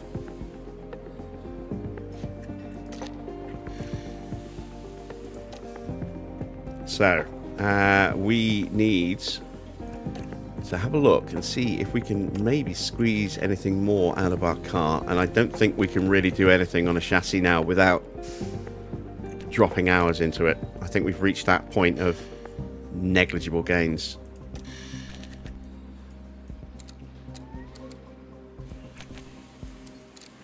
Yeah, negligible.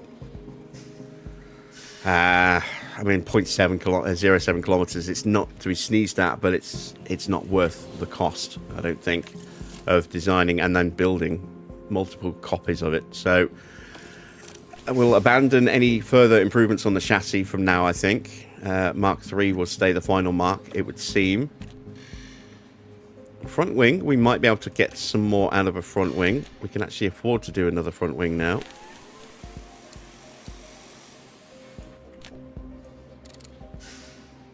If we go ultra fragile, we'll get some nice gains, but it's too fragile.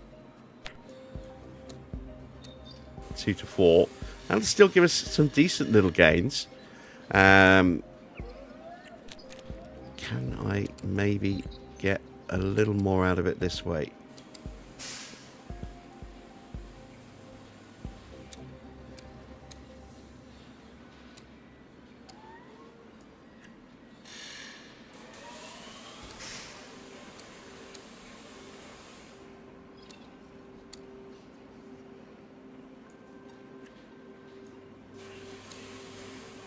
Let's go with that. That's not too bad. So we'll get a new front wing going. We'll get another research project started. And I'm not sure exactly where we are with research at the moment. So let's create a save.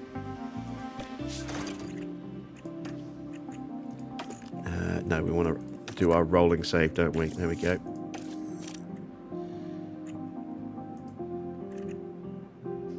And then we need to load that save. So that it puts that current research situation into the data. So we've done a chassis project. Oh wow, we're going to lose a lot of engine cooling, but you know, them's the brakes. So our front wing has covered off a nice bit of the tyre loss. That's the one major project we've done so far. We've almost covered off the airflow losses and made some gains on downforce. Rear wing, we've done just one minor project, so that needs a lot of work still. Side pods needs a big project. Underfloor needs a minor project or several. Suspension needs something big. So yeah, we're going to lose a lot on tyre wear on suspension. So I would say that the biggest area we're going to need to focus on is going to be our suspension, our front wing, and probably our side pods as well. So they're the three major areas that need hours. Everything else we're going to try and minimize losses with normal research. So let's see. We're 7 days away from an ATR, but we've got a slot going, so we'll fill it up now. We've just done another underfloor, so it makes sense to not think about making a new one for a little while. We haven't even finished building the one that we've just done. And let's drop these down.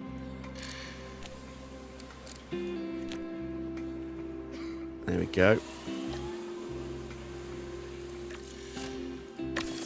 Down to 3.5 mil, and that's where we're going to keep that money for now. Let's advance time. Something purple. Is this Norris? It is. He wants another counter offer. So he's okay with 28 mil. He's happy with 3 seasons. Signing bonus is okay. He wants a race bonus.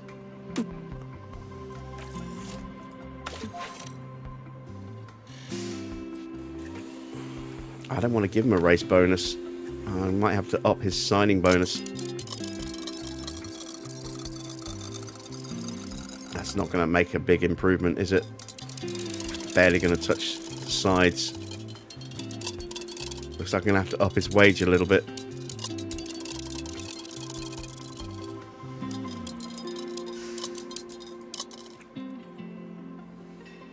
I could maybe give him a small bonus if we change that to first. Oh yeah, there's no point. No point. Alright, so we're going to have to offer him just more money. 29.5 mil gets him into the bar. So let's offer him. Yeah, let's go just 29.5. Let's offer him that. And let's see if he'll accept that. Right.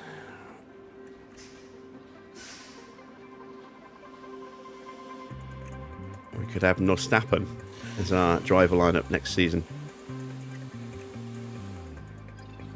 as opposed to Hamstappen.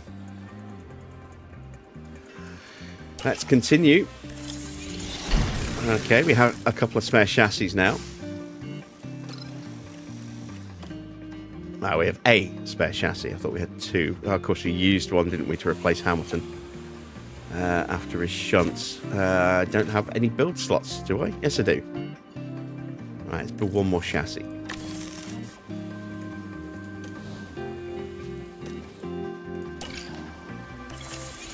That's our one rear wing. Not going to build any more spares if we can get away with it, because we've got new ones coming in a couple of weeks. Here's our new ATR period. Gonna have to wait a little while because all of our slots are currently full. 11 days, week and a half until we can do that. And that's actually when we go to Monaco. So just before we go to Monaco, if we've got the funds, then we can get a new research project done. If not, we'll just wait till we come back from Monaco.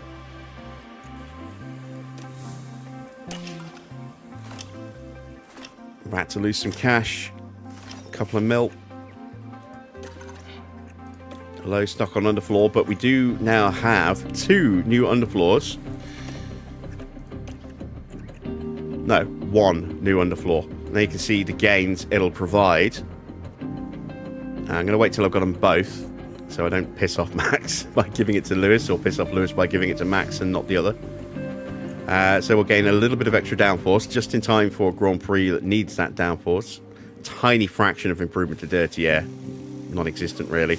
And we'll take a little bit of weight out of the car as well. Not huge gains, but potentially significant considering where we're about to go. Chassis, there we go. Spare chassis. Let's see if Ugo's improved this month. We gained a point in adaptability for Mr. Crawford. No change to any of the others. Sargent has gained a point in smoothness, and Ugo's gained a point in control. Very nice. What about the main drivers? Any changes to them? No, they are holding firm. And there we go. We lost a chunk of cash. We're down to $1 million. That's not good. Always ignore the monthly car reports. Let's check at the rest of the grid's up to. New underfloor. Apparently one of the best on the grid for Nissan. And they're now working on some side pods as well. Our engineering team are creating some fantastic new parts. Yeah, they've got a pretty decent car this year, so they could well move up the order a little bit. Lauren Mekis at Maserati says, bleh. They're 11th in the standings, so bottom. 19th and 21st, so almost bottom in the drivers. They're not having a great season this year. Let's get the pit crew training done. And that will probably be the last thing we do. So let's clear everything out, go into cumulative. Let's have a look at where we are. 0 fatigue, lovely, lovely. So let's keep working speed training.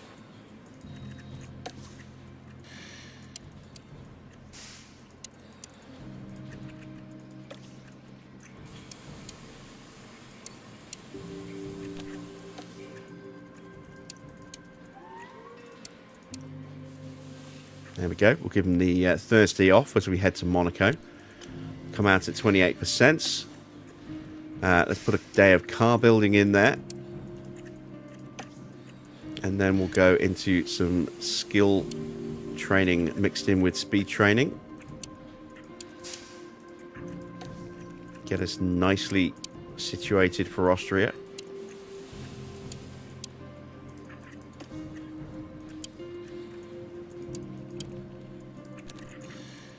Sunday off, back to the Monday, another day of car building.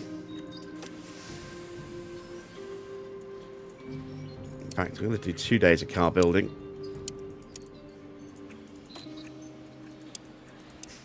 Because I'm pretty comfortable with where our pit crew is everywhere else at the moment.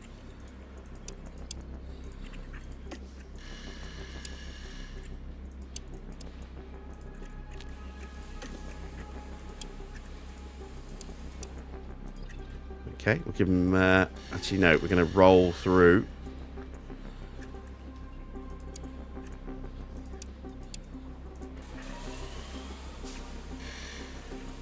And let's finish with a day of car building again. A bit too much.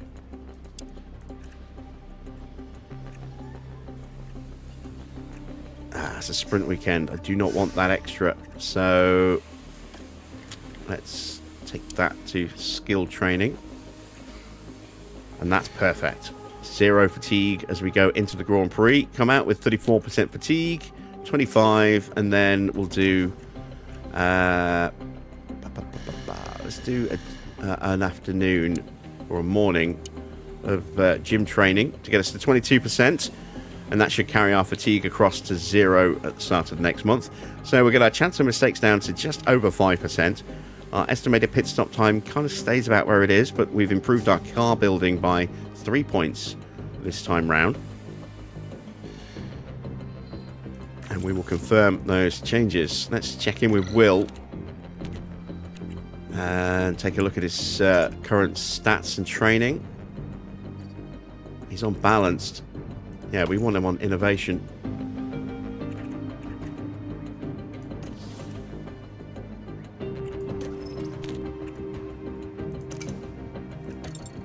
He's on balanced as well. Okay, I feel like some of these should not be on balanced.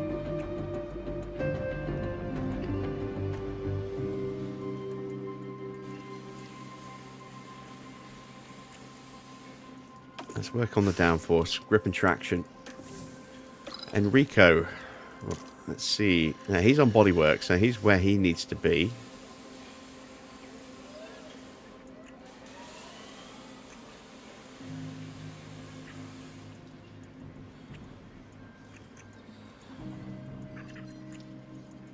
Actually, let's move to aero principles, I think. The suspension is pretty strong. Sidebars aren't bad. Let's see if we can improve the wings a little bit. So, let's double check our other guys. These should be on balanced. Oh, he's on race strategy. Is that his lowest area?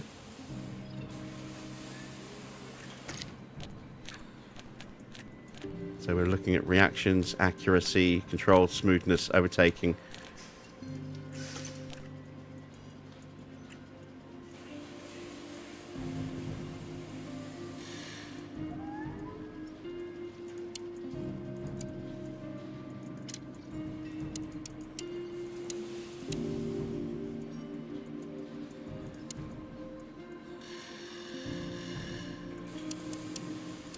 Yeah, I can see why we've got him on strategy. Alright. Let's check in with Max. Max is on wet track. His adaptability is excellent. His smoothness, accuracy, control, the low of the 3. So we're looking at accuracy, control, smoothness, overtaking and defending are the worst of his stats.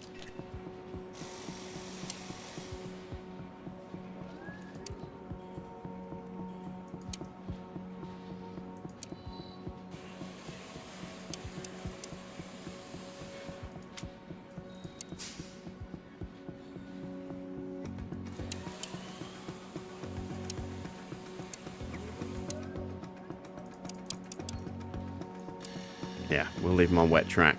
So I mean, the adaptability is really high. Don't really need to boost that, but boosting control is always a good thing. Smoothness helps, and yeah, getting the accuracy up will be nice as well, if at all possible.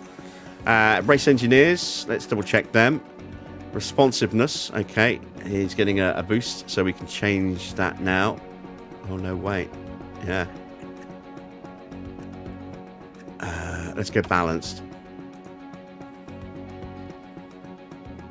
No. Communication and composure. His feedback is already, I think, capped at 100 without the boost. So with the boost, that's getting an extra point. But we do need to improve the communication. And if we're focusing mainly on that, just 2 as opposed to 3 stats, that will help. And Javi, let's see how Javi's getting on. He's on driver comms. And I'm happy to leave him on that. Right, let me double check Ugo. He's on wet track right now.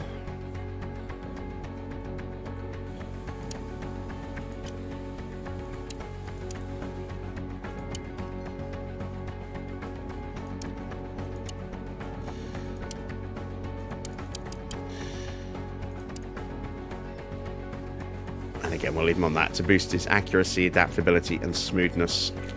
Any extra points in control, always a bonus as well. Everyone else, they can stay as they are. And that is us pretty much done, I think. What I am going to do is I want to have a quick look at how we're doing in the app. So we'll dive into that just before we finish. We've had another counter offer from Lando. He still wants that race bonus. He's not going to get it.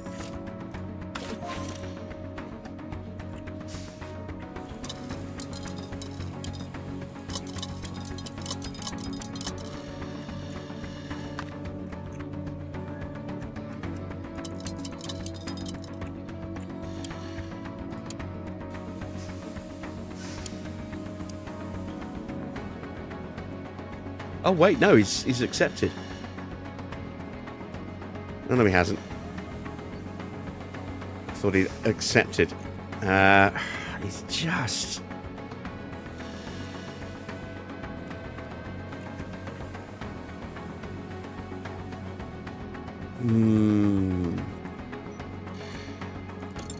So that was the previous offer.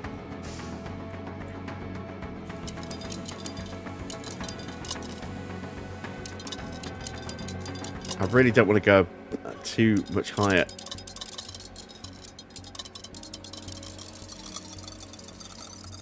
I don't think he's going to sign for us. Look, we're not having any impact here.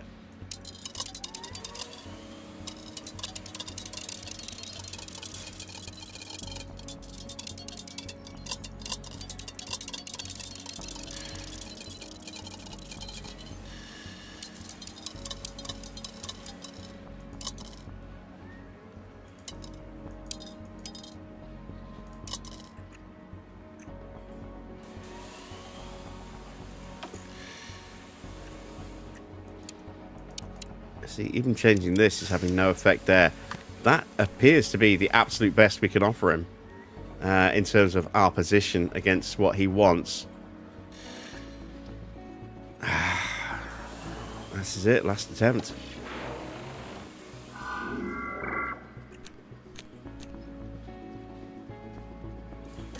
It's out of the contract in 6 months. We're going to get to the point where we're going to start to see offers going out to other drivers, I think.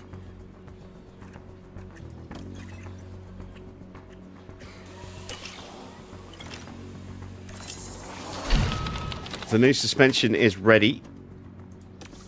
I did say if we had the funds, we would get a new project started, but forgot this was ready, so we're going to actually slap this into production and get a 3-day head start on building suspensions. There we go. So the new rear wing is 5 days away. 3 weeks away, just under, for the front wing. Underfloor research project done soon. We have our spare underfloors. Let's stick those on the car now before I forget.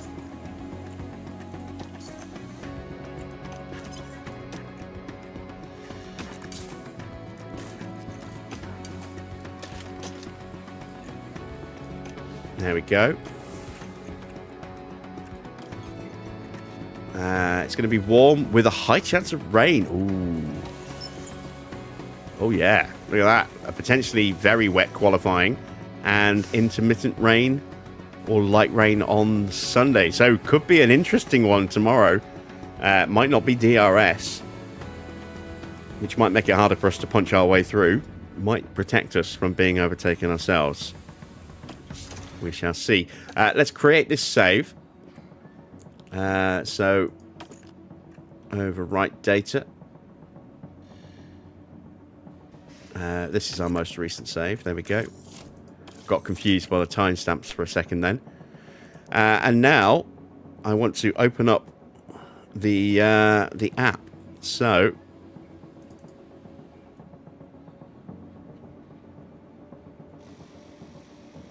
let's switch over. Let's load our most recent save. This is this one.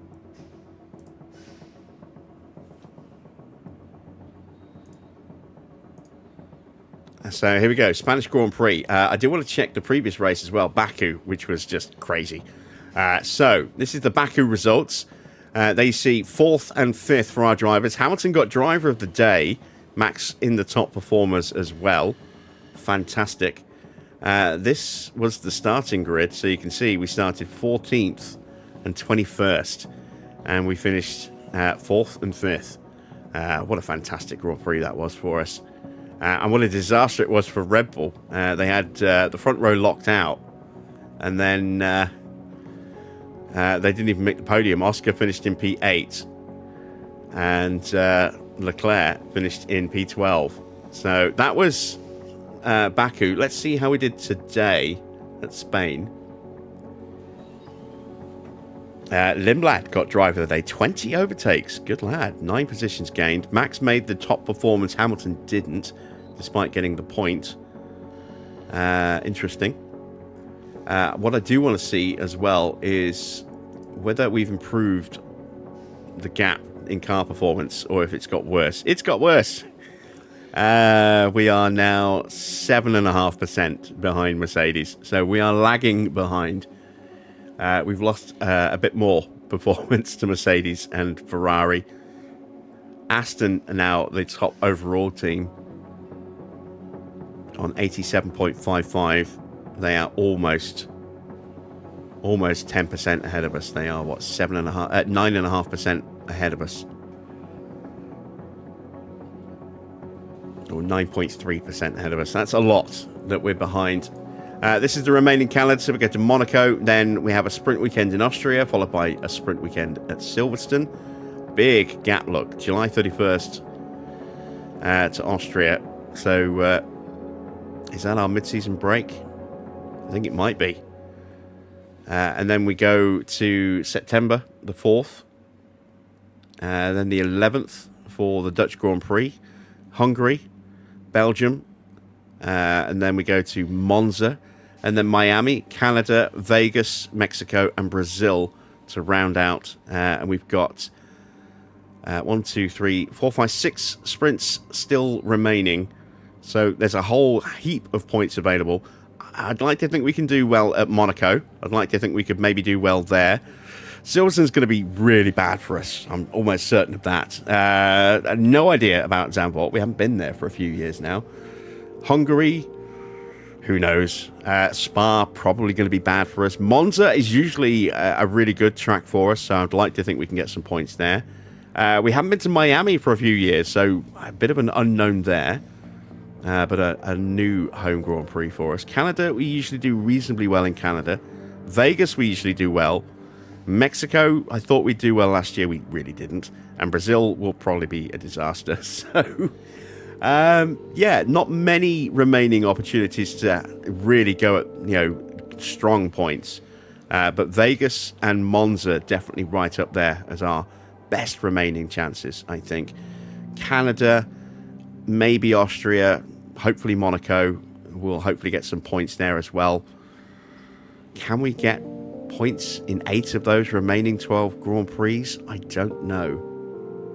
It would certainly take some of the pressure off at the end of the season with the board if we could nail the long-term objective this season and score enough points to achieve the main season objective of 5th as well. Right. Lineups. Current season. We know that drivers are going to be out of a seat. Nothing has been confirmed yet. They still have 1, 2, 3, 4, 5, 6, 7 vacancies, and this is the last time we're going to look at this in terms of the driver lineups, because we are now going to start getting into silly season and the driver transfer market. So we are potentially saying goodbye to Bortoletto. We're saying potentially goodbye to Norris from his seat there. He might resign. I don't think he will. He might go back to McLaren. He might come to us. Hamilton might have 1 year left in him. He might go back to McLaren and partner up with George. That would be something. He might go back to Mercedes. Gasly has no partner scheduled in at the moment. Bottas is out of contract. Perez is retiring at the end of the season, so we're definitely going to have a new driver at Audi. Don't know what's going on with Ocon yet. He could bounce around. He might not get a drive. Not many teams with a confirmed lineup. Ferrari, Red Bull, and Maserati. The only teams that will have unchanged lineups going into next season. Everyone else will have to make at least one change.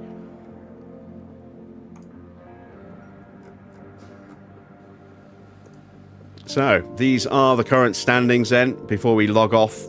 It is George currently leading with 3 wins on 148 points, 5 podiums. He's taken a sprint win, 3 pole positions. Oscar in second on 129, 4 wins, 4 podiums, 2 poles, 1 sprint. And Antonelli in third. In the constructors standings, it's Red Bull top with 207 points ahead of Mercedes. 4 wins for Red Bull, 3 wins for McLaren. Who has the other win?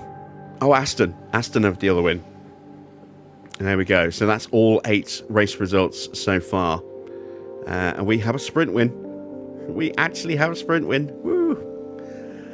That's lovely stuff. So, that is it for tonight. I hope you've enjoyed tonight's race. If you have, then a thumbs up would be much appreciated. If you're not yet subscribed, why not consider hitting that subscribe button as well? And be sure to hit the bell for notifications on live streams and upcoming videos as well.